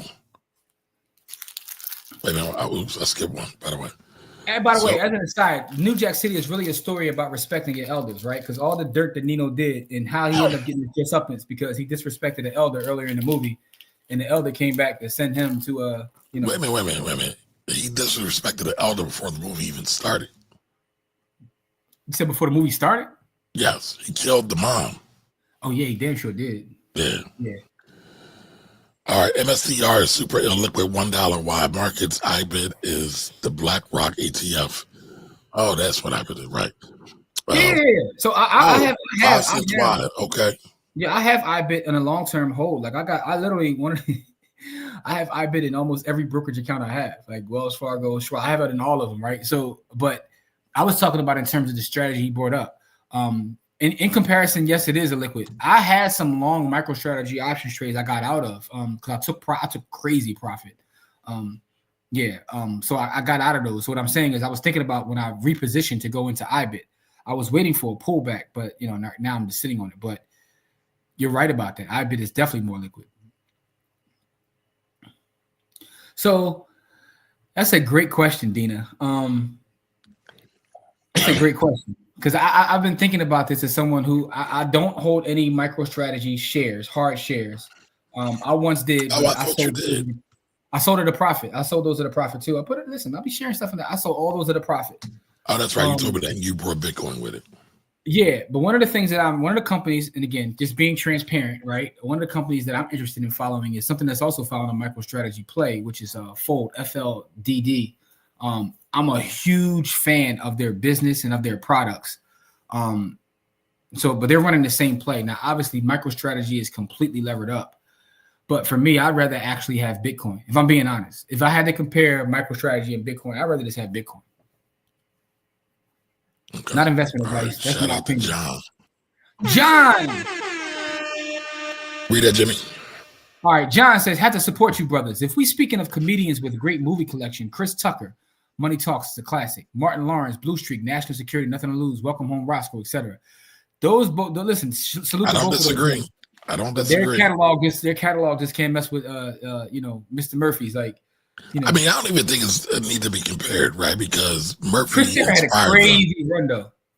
Oh yeah, I mean, listen, what is it? What's the one with him and Jackie Chan? Rush Hour. I mean, how many of those did he make? Not to mention Friday. Yeah, Friday's crazy, right? Yeah. BTC has been ranged after the election, perfect for a ranging market. Not so much if it just breaks out and goes straight up. Great points. Great point. So here's what I'll say. Yes, you can. Technically. What I used to tell people, right? And again, this is just there's no science behind it. I would tell people at least to get to $1,000 or $2,000. I would say $2,000, but if you can't get $2,000, start with $1,000 and then go from there, right? Because you can start with $200, but you go wrong on one trade and then boom, you're wiped out. You blow up your account. Yes. And by the way, if you've never blown up an account, you ain't a real trader. I will reinvest all the profits until I reach my monthly goal. You'll compound faster. Great answer, Lorraine. Great answer. I love that. Love it. Compound. We all about the compound. I may be late, but what analysis technique has shown you the most success? Bro, hold on. Say what up to Ant. Welcome, Ant. It's really good. For me, one that I believe in the most, which are the leaps, the longer term plays, have shown me the most success. A lot of times, right, and shout out to our sister Chaz. Chaz has a saying, like, I wasn't wrong, I was early. So back in the day, I would make a lot of trades. I'd be right on my analysis, but I would be early to the trade. Leaps, when I discovered how to use leaps in my strategy, is when I've had the most success. It costs a little bit more money to actually trade a leap, but it minimizes my risk. So that's given me the most success. That's not the question. That you didn't answer the question, Jimmy. You talked about the tool.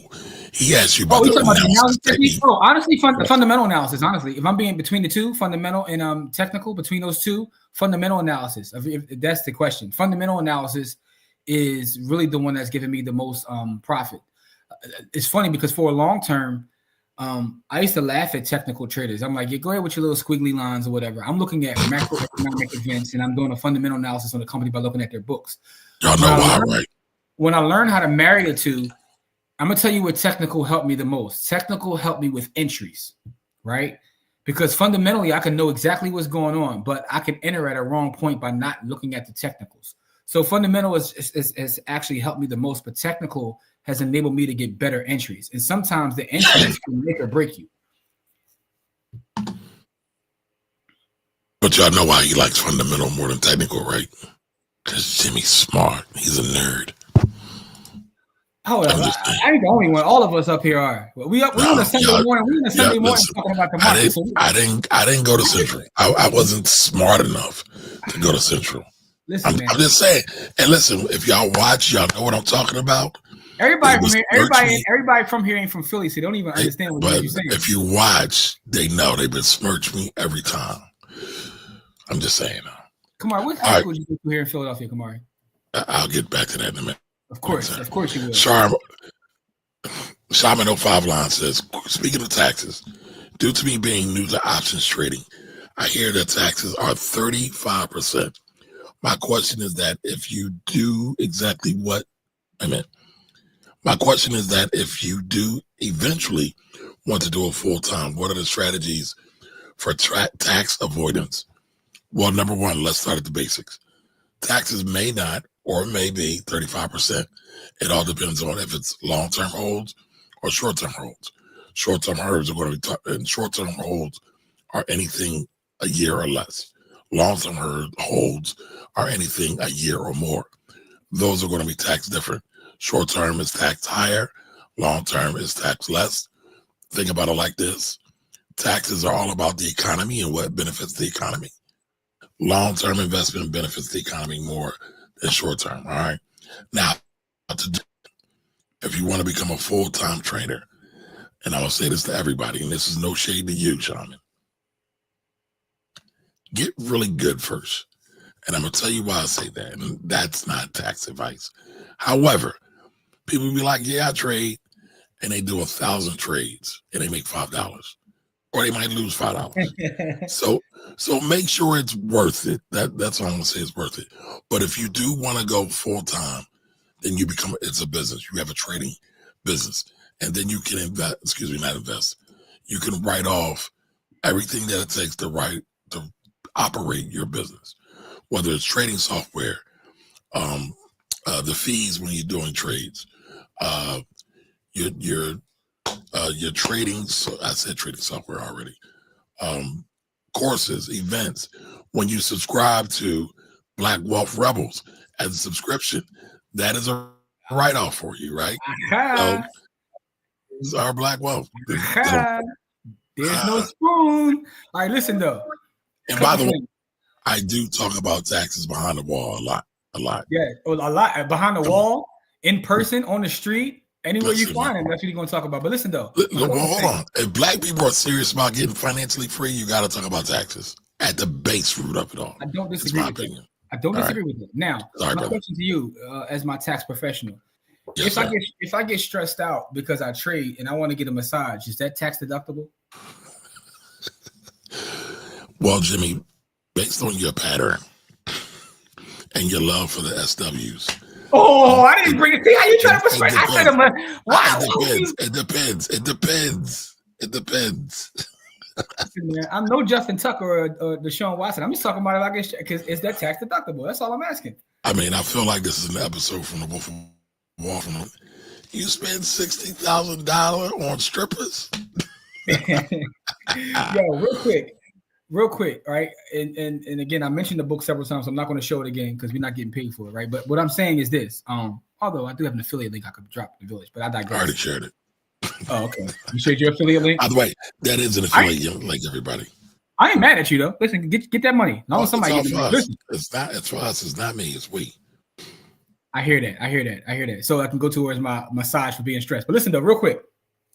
The thing about that long-term strategy that I talk about with the leaps, that is better for your taxes. If you can hold it, if I can hold it past a year, then yes, it's better for taxes. And that's the other thing about having those contracts that go 2-3 years out, you know.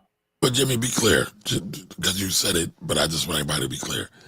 You can buy a leap tomorrow and sell it the next day. Yeah, you don't have to hold it for a year. I know, but I just because you have a leap does not mean you get preferential tax treatment. You have to hold it for at least a year, just to be clear. Yes. Just to be clear. All right. Yeah, John says I don't like the comparisons. I just like enjoying greatness. I agree with that because Martin, Eddie, Chris, shoot, even Dave. No, I agree with that. I wasn't comparing them that way. I think they all are great. I think Martin has, in my opinion, one of the top 3 sitcoms of all. My favorite sitcom of all time is Sanford and Son, and it might just be like nostalgia for me because that was the show that me and my grandfather watched together. You big dummy, you big dummy, you big dummy, you dummy. Like that was me and my grandfather's show. So I remember as a youngster, I would sit around and watch that with grandpa. So it might be a little nostalgia within there. But that, like, you know, because that was the one thing that we both love, right? You know how it is with a parent. Like you'll have like, you know, certain stuff you like, certain stuff they like, but then you'll have that happy medium. So that was our joint in front of the TV with Sanford and Son. But Martin is right after that though. Martin is amazing. Like in terms of sitcom, those are probably my top 2. I'm gonna tell you what's underrated though. I'm gonna tell you what's underrated, especially if you watch it as an adult, because I was younger when it came out. Living Single is underrated, but we're not gonna turn this into a black sitcom show. We can do that behind the wall. I have a whole show on black sitcoms, but I mean, we should, because the one show, in my opinion, that might be just as good or the greatest. Martin might be the greatest. The Cosby Show. Cosby Show is great, but I know he's been removed off the wall. So I'm gonna tell you something about the Cosby Show. I don't disagree with you. I think from impact standpoint, yeah. But the funny thing about the Cosby Show is my favorite part of the Cosby Show is actually the spinoff, A Different World. A Different World is what made me go to a HBCU. I'm gonna tell you, watching A Different World is what made me go to a HBCU. So it's like, yeah. And it's funny though, because when you say that, for some reason, the Cosby Show was a sitcom, but it doesn't, in my head, it doesn't register as a comedy. I don't know why. It was a sitcom, but I digress. I thought you was getting ready to say the Jamie Foxx Show, and I was going to throw something at you because I get in that argument all the time. Nah, it was cool, but I wouldn't call it a great. I wouldn't call it a great. And listen, every time the Cosby Show comes on, I stop and watch it. Every time Martin comes on, I stop and watch it. All right, listen, I got an idea. Every time Sanford and Son comes on, honestly, I stop and watch that too. I got an idea, right? I got a great idea, right? Shout out to everybody in the village. If you're not in the village, get to the village, go to blackwealthrebels.com. I say for the village, whoever's in the village, however many members we have in the village, we should do a Field of 64. Like March is coming up. Like do a March Madness Field of 64 for black sitcoms. And how they advance to the next round is based on votes. Let the village decide what is the greatest black sitcom of all time. Because there's so many that we can name, right? You just saw that Urkel got upset because he said that no one ever brings up his show. You know what I'm saying? Yeah, he do. But like Urkel, like that show one didn't run that much, and not to make it about Urkel, but his place in the culture, even though I know it's a joke, it's still like that's major. Yeah, no, he see that's the thing though. The thing is people want to be, people want it to be one way, but it's the other way. The fact of the matter is he's gonna always be remembered. Like whether he like even no matter what it is, like that icon. I want to say the word wrong. That visual of Urkel, right? You just iconic. No, it wasn't iconic. I was going to say iconography, but anyway. But I digress. But it is iconic. Yes, it is. But the fact is, he's going to exist forever. He's going to live forever through that. Now, he doesn't want to be remembered that way, and I get that. But let's get back to the point. The point is, we're going to do a Field of 64. And shout out to who was that? John, who brought that comment, because that inspired this whole thought. We're going to do a Field of 64. Yeah, it was John. Well, that's not true. That's not true, but go ahead. What's not true? Because Jimmy don't even want to give me my credit, yo. For sitcoms? I'm talking about specifically the sitcom. We talked about different shows. I said let's do a bracket a couple of weeks ago. He disagreed. Actually, I brought it to you, and you said, "Oh, that's a dope idea." No. I brought it to you. And I'm gonna tell you exact question. Do you want to do it in March? But now I got black sitcoms. Shout out to John. All right, so listen, I want to address this. So Lorraine says trading SPX helps avoid taxes too. All right, Lorraine, the only way that helps avoid taxes is if you have a bunch of losses. And by the way, you only get to write off $3,000 of losses in short-term losses. If we're talking short-term strategy. So got to be careful with that one. All righty. Yes, you can. Now you can do. You can trade in your IRA. Yes, you can trade in your IRA. But you can trade your IRA. Your self-directed IRA is what you said specifically. You can trade in your traditional IRA. You can trade in your Roth IRA. So that is a way of being tax smart when it comes to your trading. Okay. Shaman says short term. Yeah. To grow my retirement account, Corey. Yeah, you can. Okay. She meant to say minimize taxes. What up, Shelby? What up, Shelby? Why did my horns go low for Shelby? Yeah, we gotta figure out what 64 sitcoms actually make the 64 bracket. Well, the Village Rompers. Yeah. We gotta start. I don't think that'll be hard. We got Living Signal. We got what's happening now. Right? There's a bunch of them. What's happening now? Yeah. Yeah, there's a bunch of them. Good time. You know what's going to be the difficult part is the seeding. What deserves to be the number one seed? Right? There's 4 number one seeds in the field of 64 bracket. What are the number one seeds? That's going to be difficult. Well, we'll just do about who gets the most votes to start. Okay. And then we'll whittle it down from there, unless somebody else has a different strategy. All right, Shaman05 line says, right now, I am a short-term sniper. Shout out to you. So I'm asking my question on taxes based on that. So to be super specific, your short-term investment or your short-term cap rate is going to be the same as your overall and your overall tax rate. Meaning whatever you make, let's say with your job, combined with your investments, whatever that rate is, it can be as high as 37%. It's a long-term investments. Again, short-term is a year or less. Short-term is a year or less. Long-term is a year or more. When you get to short-term, there's a special tax rate for long-term capital gains. And that's what we're talking about when we get to investments. It's totally separate from your overall tax rate. Because sometimes with your long-term investment rate, if your income overall is low enough, sometimes you might pay zero taxes. And that's how, or 10% in taxes. And that's how when Warren Buffett says his tax rate is lower than his secretary, that's because the majority of his income comes from assets and not labor. You get a major tax advantage by making money off of assets versus labor. Yes, sir, Jimmy. No, I was going to say, is if you own some real estate and you're also a trader, right? Couldn't real estate help you minimize your taxes while you're trading? Because a lot of times rental is classified as passive. Trading will be classified as active. So there might be a bit of a mismatch. I don't want to bore y'all.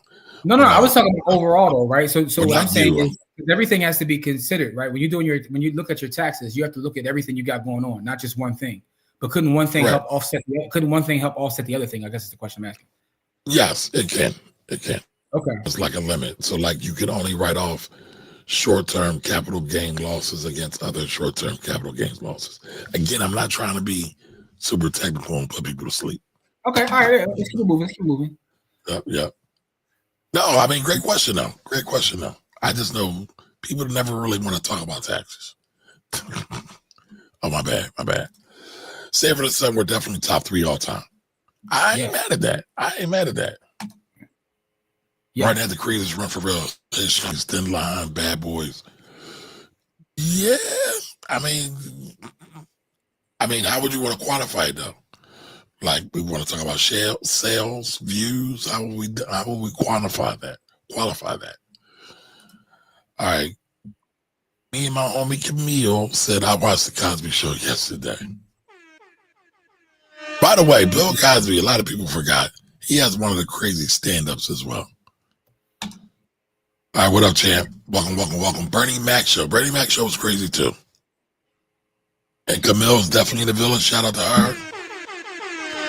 She is a village builder, if I got it right. I saw her come in last week, I believe. So thank you for that. All right, the link does not take you to the book, but just the YouTube channel. Okay. Let me fix that. Jimmy, run the rest of those. Oh, my fault. I was grabbing the link. Pause. But I digress. Oh, well, go ahead. Keep going. You sure? Because I ain't trying to. Go ahead. I was going. Listen, It all comes together. It doesn't matter. All right, Andog says, I just watched the movie Jalil made in 2019. I think it's on Prime. Silly, little, cheesy movie. I mean, I don't know if Jalil really ever took his craft seriously, though.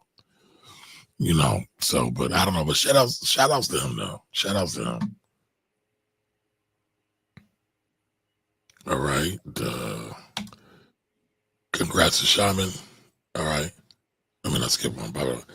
Camille says UPN had an entire black era of black sitcoms. It won't be hard. Right.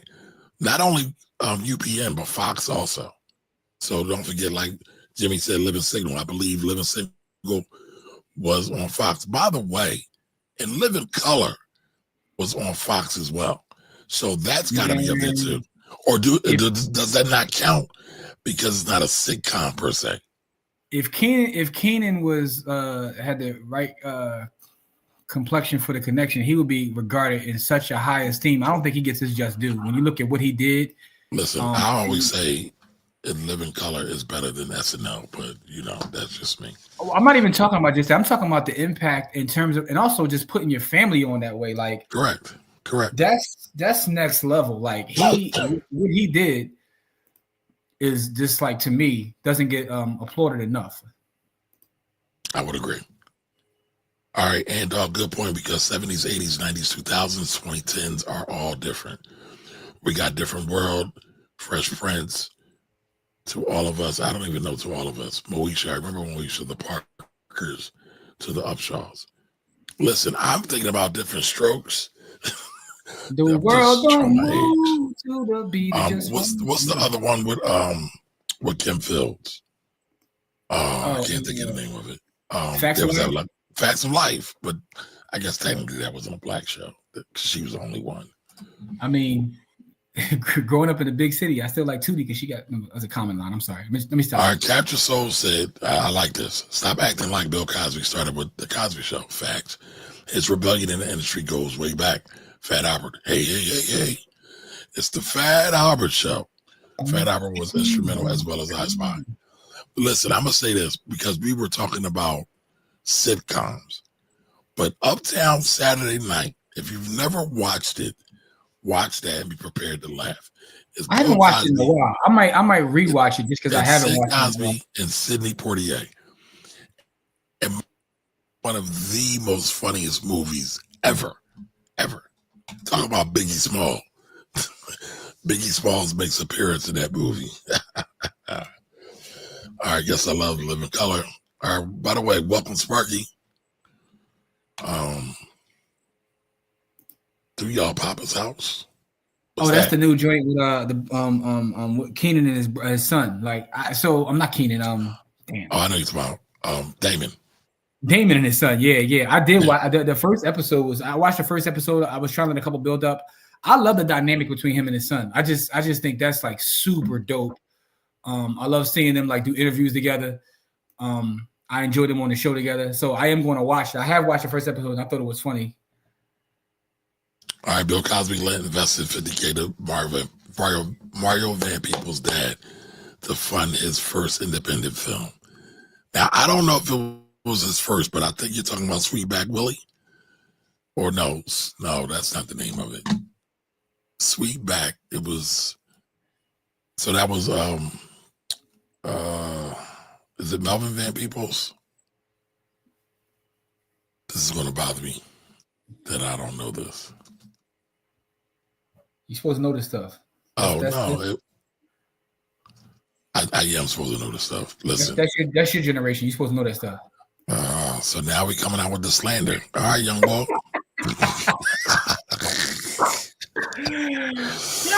I'll take it. Yo, you get this comment here. The Rock was a good sitcom. It never gets talked about. The Rock was a good sitcom. It was, but I think the reason being is because, like, again, I think about that, but at times I forget there's a sitcom because it was so serious, right? It was a lot of levity in the show, but he got so serious on a lot of episodes in the way it was shot that sometimes I forget that was an actual sitcom. That's crazy. So, yeah, I forget that. I'm getting an education. All right, so I was thinking about There's a movie that Melvin did called Sweetback's Badass Song, which supposedly started the exploitation era. But that wasn't his first feature film. So I'm getting education. All right. So the first feature film was The Story of a 3-Day Pass. So I just learned something new, y'all. Just learned something new. All right. So where are we at? Yeah, Bill did a lot. I mean, even when you go back to like Spike Lee getting Malcolm X financed, all the Black elite helped to pay for that. All right. So Shaman 05 says, I have a theory that I can short-term snipe using that. Will that be considered long-term or short-term? No, that's not a cheat code. So right there. It's because there's two different things going on. I'm sorry. Go ahead. You the tax guy. You got it. No, you got it. No, you got it, Jimmy. Please break it down. No, I was just saying that short-term snipe, you're going to get taxed on that. That has nothing. Like, you can't take that and then buy dividends. Like, well, I did it for long-term. Like, it doesn't work that way. Like, you still got to pay taxes on the profits from that sniping. So like Jimmy said, there's two parts to it, right? So there's a capital gains piece, and then there'll be a dividends piece. By the way, you should go back and watch the Dividend Kings. Jimmy did a wonderful presentation. Go back in the archive and watch that. But we talked about buying dividends and using money from our short-term trades to buy dividends, Dividend Kings. But so that's two parts, y'all. Two parts to that strategy. You got your short-term snipes, cool. And then you're going to buy the trade. First thing, you're going to have a short-term tap. Just listen, keep it basic. Anytime you sell an asset, it's what's called a capital gain. I don't care if it's a house, a business, a stock, or Bitcoin, right? It's an asset that's being sold, all right? Then you're buying the dividend, whether it's a dividend stock, dividend ETF, whatever it is. Those get taxed at a little bit different rate as well. But those are two different things. Tax-wise. Camille said it led the way for all of the Black. Right. So that was Sweetback's, what was it again? Sweetback's Badass Song. And Melvin was the man of that joint. Yep. It was the very first major one. All right, bro. Keenan Ivory Wayans literally created millionaires. Correct. Within living color. Legendary. Yeah, he doesn't get his just due just from like he does not. On the business standpoint. Like outside of just his family, like J-Lo and who else came from, like Carrie. Yeah, Jim Carrey, like just the amount of folks that he put on is like, I mean, his brother Sean and Sean. I said, yeah, his family is what it is. I'm saying, but Jamie Foxx, yeah, man. Like it's like he should have a statue of him somewhere. Tommy Davidson. I mean, there's a lot of legends that came out of that camp. Yeah, man. He put a lot of food on a lot of family table, man. So salute to Keenan Ivory Wayans, man. He should, yeah, man. That's dope. That's black wealth right there. Read this, Jim. A question: did you ever notice that networks use black shows and sitcoms to build their networks and then drop them and become conservative based like Fox and UPN, etc.? I did notice that. I also like everything else. Yeah, I go back and look at, like, I was watching, I think it was a documentary on TV shows, and I was like, damn, Fox did have that. I was like, now look at Sly Fox, in the words of Nasir Jones. Sly Fox. Anyway, yeah. And I mean, it's funny, right? Because going back to Jimmy's point about Keenan, they changed the whole landscape of the Super Bowl, right? Yeah. And so they said, we're going to do our own Super Bowl commercial. And they changed the whole dynamic of the game. And then Fox did them dirty. But what else happens? Like, listen, it's 2025, y'all. Not to get on my soapbox, but if y'all haven't paid attention to the moves in history and y'all are delusional about who loves you, who don't, who's at war with you, because a lot of people don't feel that we're at war, then I don't know what to tell you, though. I got a bridge to sell to some of y'all.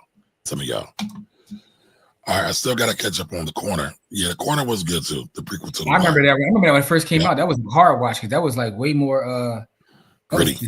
It was tough. It was a tough watch, but it was real though. And shout out to Nate for providing the hood with financial support. Nate all right, listen. I got it. Nate's part of the show. No, I got it. Listen, I got it. Umar's part of the show. Nate's part of the show. We gotta find somebody who's uplifting though to balance out all this ratchetness though, yo. Ho. All right, I ain't gonna say that. Go ahead, man. What? Did I lie? Did I lie? Did I lie? I'm just saying. Dr. Carr, we put up everything on Dr. Carr's up there, you know what I mean? All right. You know, So put up my fearless leader, Captain Ibrahim, man. Well, that's not Captain Ibrahim, but I know it's not. I'm just saying you gotta show my fearless leader from my home country, man. Captain Ibrahim is out here doing, you know, positive work for the folks, man. Yeah, I might have to put you on some balanced diet stuff, man. Listen, man. Let's see. Burkina Faso does not really have much in terms of mineral resources. It's landlocked. It's landlocked too. But the most important resource really are the people. The people are the power. It's the people. You know, so you don't have the kind of gold, diamond, copper, uranium, cobalt, coltan that Congo has. But now you have one of the best leaders ever produced in Africa. Yes. Says, let's stop this dependency, physical dependency and mental dependency. Change the name of the country from Upper Volta to Burkina Faso, the land of the uprighteous people. And they started doing for themselves, right? Including producing their own food. He said, if you have to import your food, how can you say you're independent? We've been growing food for such a long time, for centuries, before the Europeans came. Now, why are we importing food? Within 3 years, they were food self-sufficient, right? Education, healthcare, fighting deforestation. The people started taking control of their own destiny. I'm not going. Yes, he's talking about my homeland, man. Yes, they are. Hey, listen, man, that's my homeland, man. That's my homeland, man. And you know, protect Captain Ibrahim at all costs, man. Pray for him as well. Yes. Listen, so I mean, everything he said I thought was spot on because it's supposed to be about independence. And again, today is our Stop Church, Wealth Church, Finance Church has got so many names now. If you don't pick up one thing, the one thing that we always talk about, pay attention to what's going on to the economy.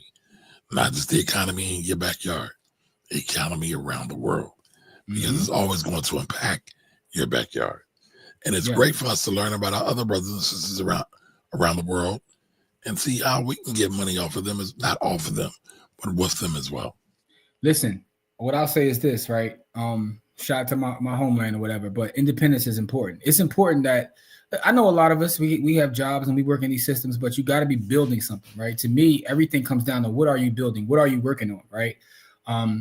It's why we decided to come together, like, you know, by the hood and the Finance Rebel. We said we're going to create our own thing and we're going to build. We're going to build community that talks about the things we want to talk about. We don't talk about Black wealth from the standpoint of buying Lambos or buying homes. We're talking about it from taking care of our family. Yeah, we don't care about none of that. We talk about culture and we talk about it from a real standpoint. It's why we're working together. It's why I'm a member of IB Big Invest, right? We have our own Black, what I like to call, we're building a bank for lack of a better term, but we're an investment group. We are an investment group that's full brothers and sisters come together to pull our resources. It's why we're actually doing things. As an aside, March 8th, the Black Wealth Rebels, that's myself, Kamari, Corey, we are having an event in Philadelphia on March 8th, right? So March 8th, we'll be at the Breakfast Boutique, which is right in East Falls, a Black-owned business, and we're going to bring, you know, some business to that organization, and we're going to do a pod class right there live, right? Also, February 6th, that is this week, by the way. This Thursday, we're doing a free webinar, Bitcoin, Real Estate, and Taxes, right? So you got to support that as well. And again, this is free. The event that we have, and like all we ask you is we didn't ask you to give us anything. We're not selling tickets. We want you to support the business, right? Because we're doing things not to necessarily make a dollar, but to do something for community and build. So no charge for the event. Just buy something to eat while you're there. Support the Black-owned business. Let them make a couple dollars and, chill and, listen to the pod class. Build, brother, build. I see that in the comment section, man. Listen, that's the book that I live by, man. You know what I'm saying? They call me Young Leon Sullivan out here, man. Young LC. Build. As an aside. I just beat that. Young LC. As an aside, you know what I'm saying? LS, not LC. Damn. Yeah. Young Leon Sullivan, man. Listen, so, I saw the comment there, Capture Soul, but at Capture Soul, as you can see, this book stays right on my desk because this is the blueprint. And this is, shout out to Dr. Reverend Leon Sullivan, Build, brother, build. The lion. The Lion from Zion. As an aside, right? We didn't get into this yet, but you know, we are tied in with the Leon Sullivan Trust and organization. Shout out to Daryl. But they have offered us their space to bring our first live camp back this summer. So be on the lookout for that. That's later this summer, but we're going to talk about that soon. But the Body Hood camp will be in person, and we're going to stream this year, and we're probably going to do it. Look at that synergy right there. Come on, imagine doing it in the land of Leon Sullivan. Like, what's the synergy is going to be crazy. But that's what we talk about. We talk about building. You got to build. We gonna have to talk off screen. So there's a couple of words I might need you to stop using 5 big on these streams. I understand. I know you're going to have a problem with that, but no. I don't have a problem. I personally don't have a problem. It's an investment club. When you do history, right? And I know you do the history. When you do the knowledge, one of the things that stopped Reverend Sullivan was the SEC, because they didn't like it. So anytime we start getting some motion, as the young folks say, here comes the law. So you got to understand these laws, y'all. That's one of the reasons why I talk about tax so much. Tax is a law. So we are an investment club. The reason I said what I said is because it's how I envision everything. It's kind of like what I do when I teach about real estate. The way I see real estate, right? So I get when I said that, I was like, watch Kamari going to say something to me about that. But the point is this. Not that I don't agree with the philosophy, because I do agree with the philosophy. Listen, I think very deeply. All I'm saying is this, right? You got to be building something. If last thing I want to say, like, you know, as we have our Sunday church, right? We talk about options, we talk about investing. But you got to be a part of something. You got to be building something, right? Whether that's with us in the village, whether that's doing something in your own, whatever it may be, you got to be building something, and you got to become self-sustainable. I've been asking folks, I need a mentor to teach me how to grow food, because I want to grow food, because outside of being country independent, I want to be independent in general. I literally want to learn to grow food, you know. Wait a minute, wasn't it Thunder who grows food? Anybody in the chat right now grow food, let me know. I need a mentor. I need someone to teach me the game, Ghost. Okay. All right. So Bill also supported Spike. Yeah. Yeah. Good times. Look, Shelby might have to help us come up with our field of 64. Shelby got like a gang of joints. He wrote a couple comments. Different stroke. Oh, 227. I forgot him. Oh, Benson. I did too. Benson. Oh, wow. Amen. Back in Philly. Yeah, back in Philly. Shout out to Herman. Great. I forgot about Nell Carter. Oh, yeah. See, Shelby, you got to help us come up with this field of 64, though. Yeah. Let's not forget about David Allen Greer. Now, did anybody watch his last movie? I actually enjoyed it. What was his last movie? Society. Oh no, I didn't. I ain't gonna lie to you. I'm gonna keep it honest with you. Like when I saw the name, it just like, Oh, I loved it. The American Society. No, I got it wrong. The American Society of the American Society of Magical Negroes. Excuse me, y'all. Cooper. I forgot about Mr. Cooper. Moesha. The Wayans brothers. Keenan and Kel. Smart guy. Yeah. Oh, Parenthood. Yeah. Yeah. It is. Yeah, we got to put Shelby on as a consultant to get our field of 64. Yes, Tubi is Foxstone. Listen, one of my favorite Homeboys in Outer Space. Oh yeah, how about that? Can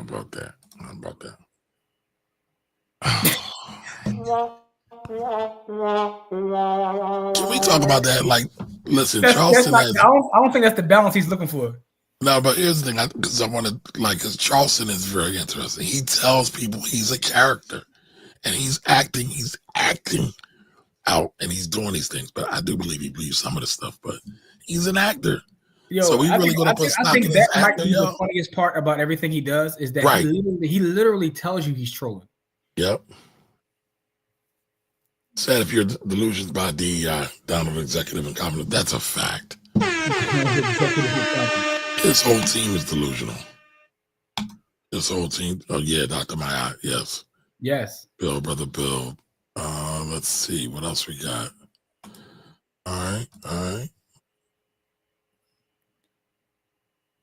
Wait a minute. You can technically use the financial game as the positive balance as long as you take part. Yeah. I agree.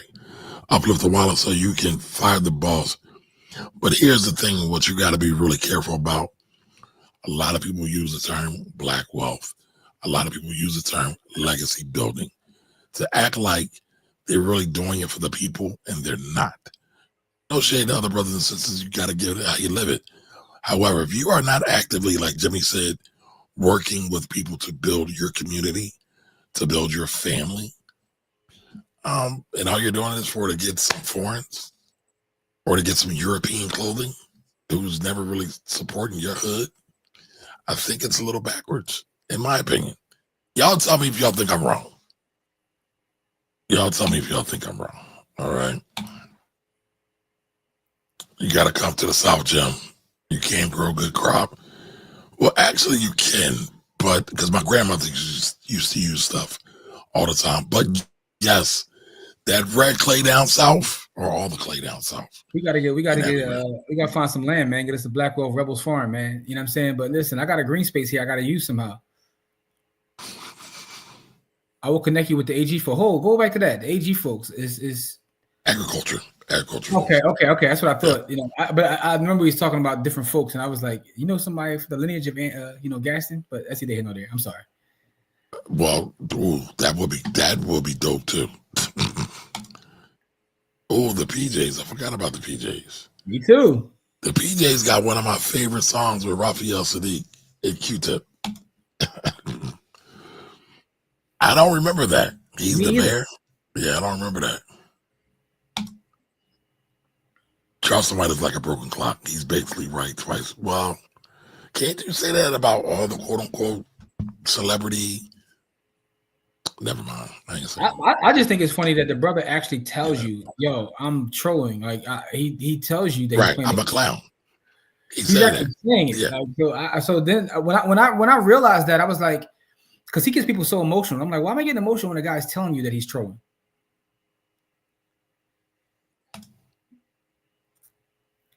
Yes, you can.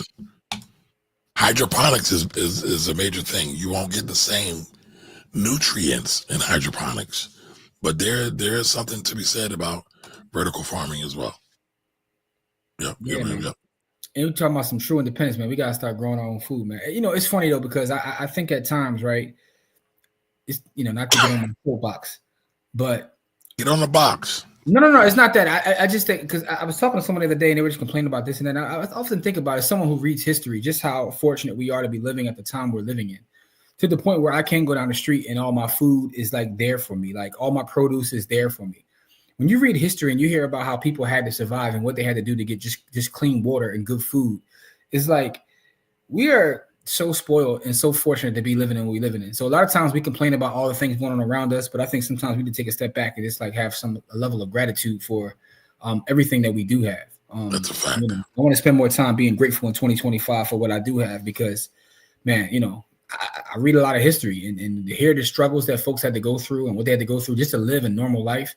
I read that the average citizen that makes $50,000 in 2025 lives a better life than John D. Rockefeller did, just based on all the advancements. Yeah, right. Yeah, I can see that. Yeah, like what you had to do to get heat, or listen, polio was all the rage when he was alive. Who is this? Polio was all the rage. Yeah, so I say all that to say, man, sometimes we gotta take a step back and just be thankful for what we do have, man. And just want to put that out there. Oh, Lorraine brings up a good point. Can't forget about the new stuff. Hold on. We get to that. Hold on. He's a real activist type, fighting for jail reform and stuff. But here's the thing, and I get it. He is documented. He's done that, but is he really fighting for that now, or is he really trying to be a comedian? So I don't know. Folks say that they're living the dream, but the dream ain't always Black community. Yes. Boots to the ground beats all the talk. And listen, it takes different ways. Like if you look at Thurgood Marshall, he had a problem with all the Black leaders, right? But he made his contribution and he helped. So you can have different ideologies, viewpoints. The question is, what are you going to do when the rubber meets the road? For example, A.G. Gaston had a big problem with MLK. Like the whole civil rights thing. But when Martin got locked up and when it came to was it Montgomery or Birmingham? He bailed them out of jail. I forget what town it was. He changed his mind. He was like, I can't be getting all this money and my people are in jail fighting for me. So, he then adopted that community mindset. All right, Wayne had Class 3000, but I don't know that one. Don't forget about the newer series, All-American, Luke Cage, or Luke Cake or Luke Cage. Black Lightning is my show. I love Black Lightning. I love Luke Cage too. Shout to Thurgood Marshall, man. But I thought we said Thurgood Marshall went to Lincoln. Thurgood Marshall also went to Lincoln, but I digress. But wait a minute, I thought we said we were talking about. Shout out to Jimmy. Jimmy's right. But I thought we were talking about sitcoms. We are. Miss Pat show is a sitcom though. Miss Pat be getting at it though. Hey, Kamari, last night I was watching what's his face? Family Business New Orleans. Right?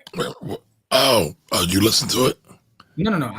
I've been read the books, but I'm talking about I watched the actual. They have a TV show now. They do? Yeah. On BT? Yes, BT Plus. Damn, Jimmy's going to make me get BT Plus. Damn it. Listen, but I was laughing. I was another subscription. Pause. I was thinking about you last night because the thing about like the regular Family Business, they strayed so far from the book that it's like it's a whole different story. They did. But the New Orleans one is literally bar for bar the book. I was like, damn, this is the same thing that happened in the book. Okay, all right. I like that one though. I like the book. I'll check out the show.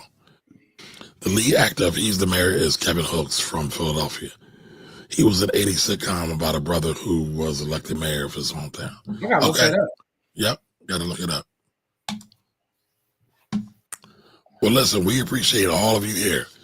We are 120 minutes in, y'all. I know Jimmy's got stuff to do. I'm hungry. I need some vittles or else I'm going to pass out. But remember, we are here 3 times a week. 3 times a week. Wealthy Wednesdays, Freedom Fridays, and always our Money Church Sundays. Real quick, and since me and my girl was watching last night too, we got a 7-day trial. I couldn't imagine paying for BET. Hey, Ann, stop judging me, man. I feel like you judging me, man. I hear you judging me, man. Like, I ain't gonna lie. I've been paying for BET Plus. I tried to cancel a couple of times, but every time I go on to cancel, it's like, let me watch this for a second. You know what I'm saying? Of course we did. And that was Jimmy said that earlier. Brought it up. The reason I went to Lincoln University, and actually I was going to go to Howard. My college story is crazy. I was all ready to go to Howard, but Lincoln offered me more chicken, so I didn't want to have no undergrad debt, so I went to Lincoln. But I digress. But the reason I was looking at HBCUs was literally because of a different world. I can honestly say that. You know what I'm saying? I was trying to find me at least a Bonet. All right. Well, listen, y'all. Again, y'all be great. Oh man, y'all keep coming back. Ooh, the fire. Farming is about harmony with nature.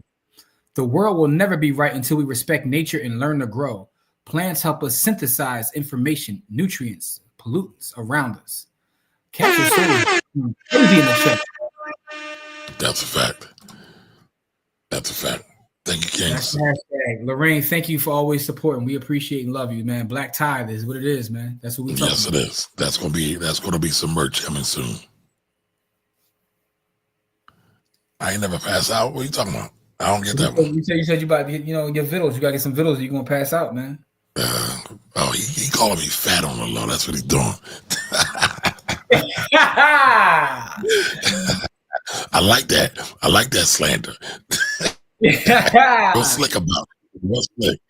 All right, y'all. Y'all great. Love y'all. We'll be back on Wednesday, if not sooner. Yeah, Wednesday. But listen, make sure you join the village, blackwealthrebels.com. Next episode of Stack Sat to Die trying to be out probably either Monday or Tuesday.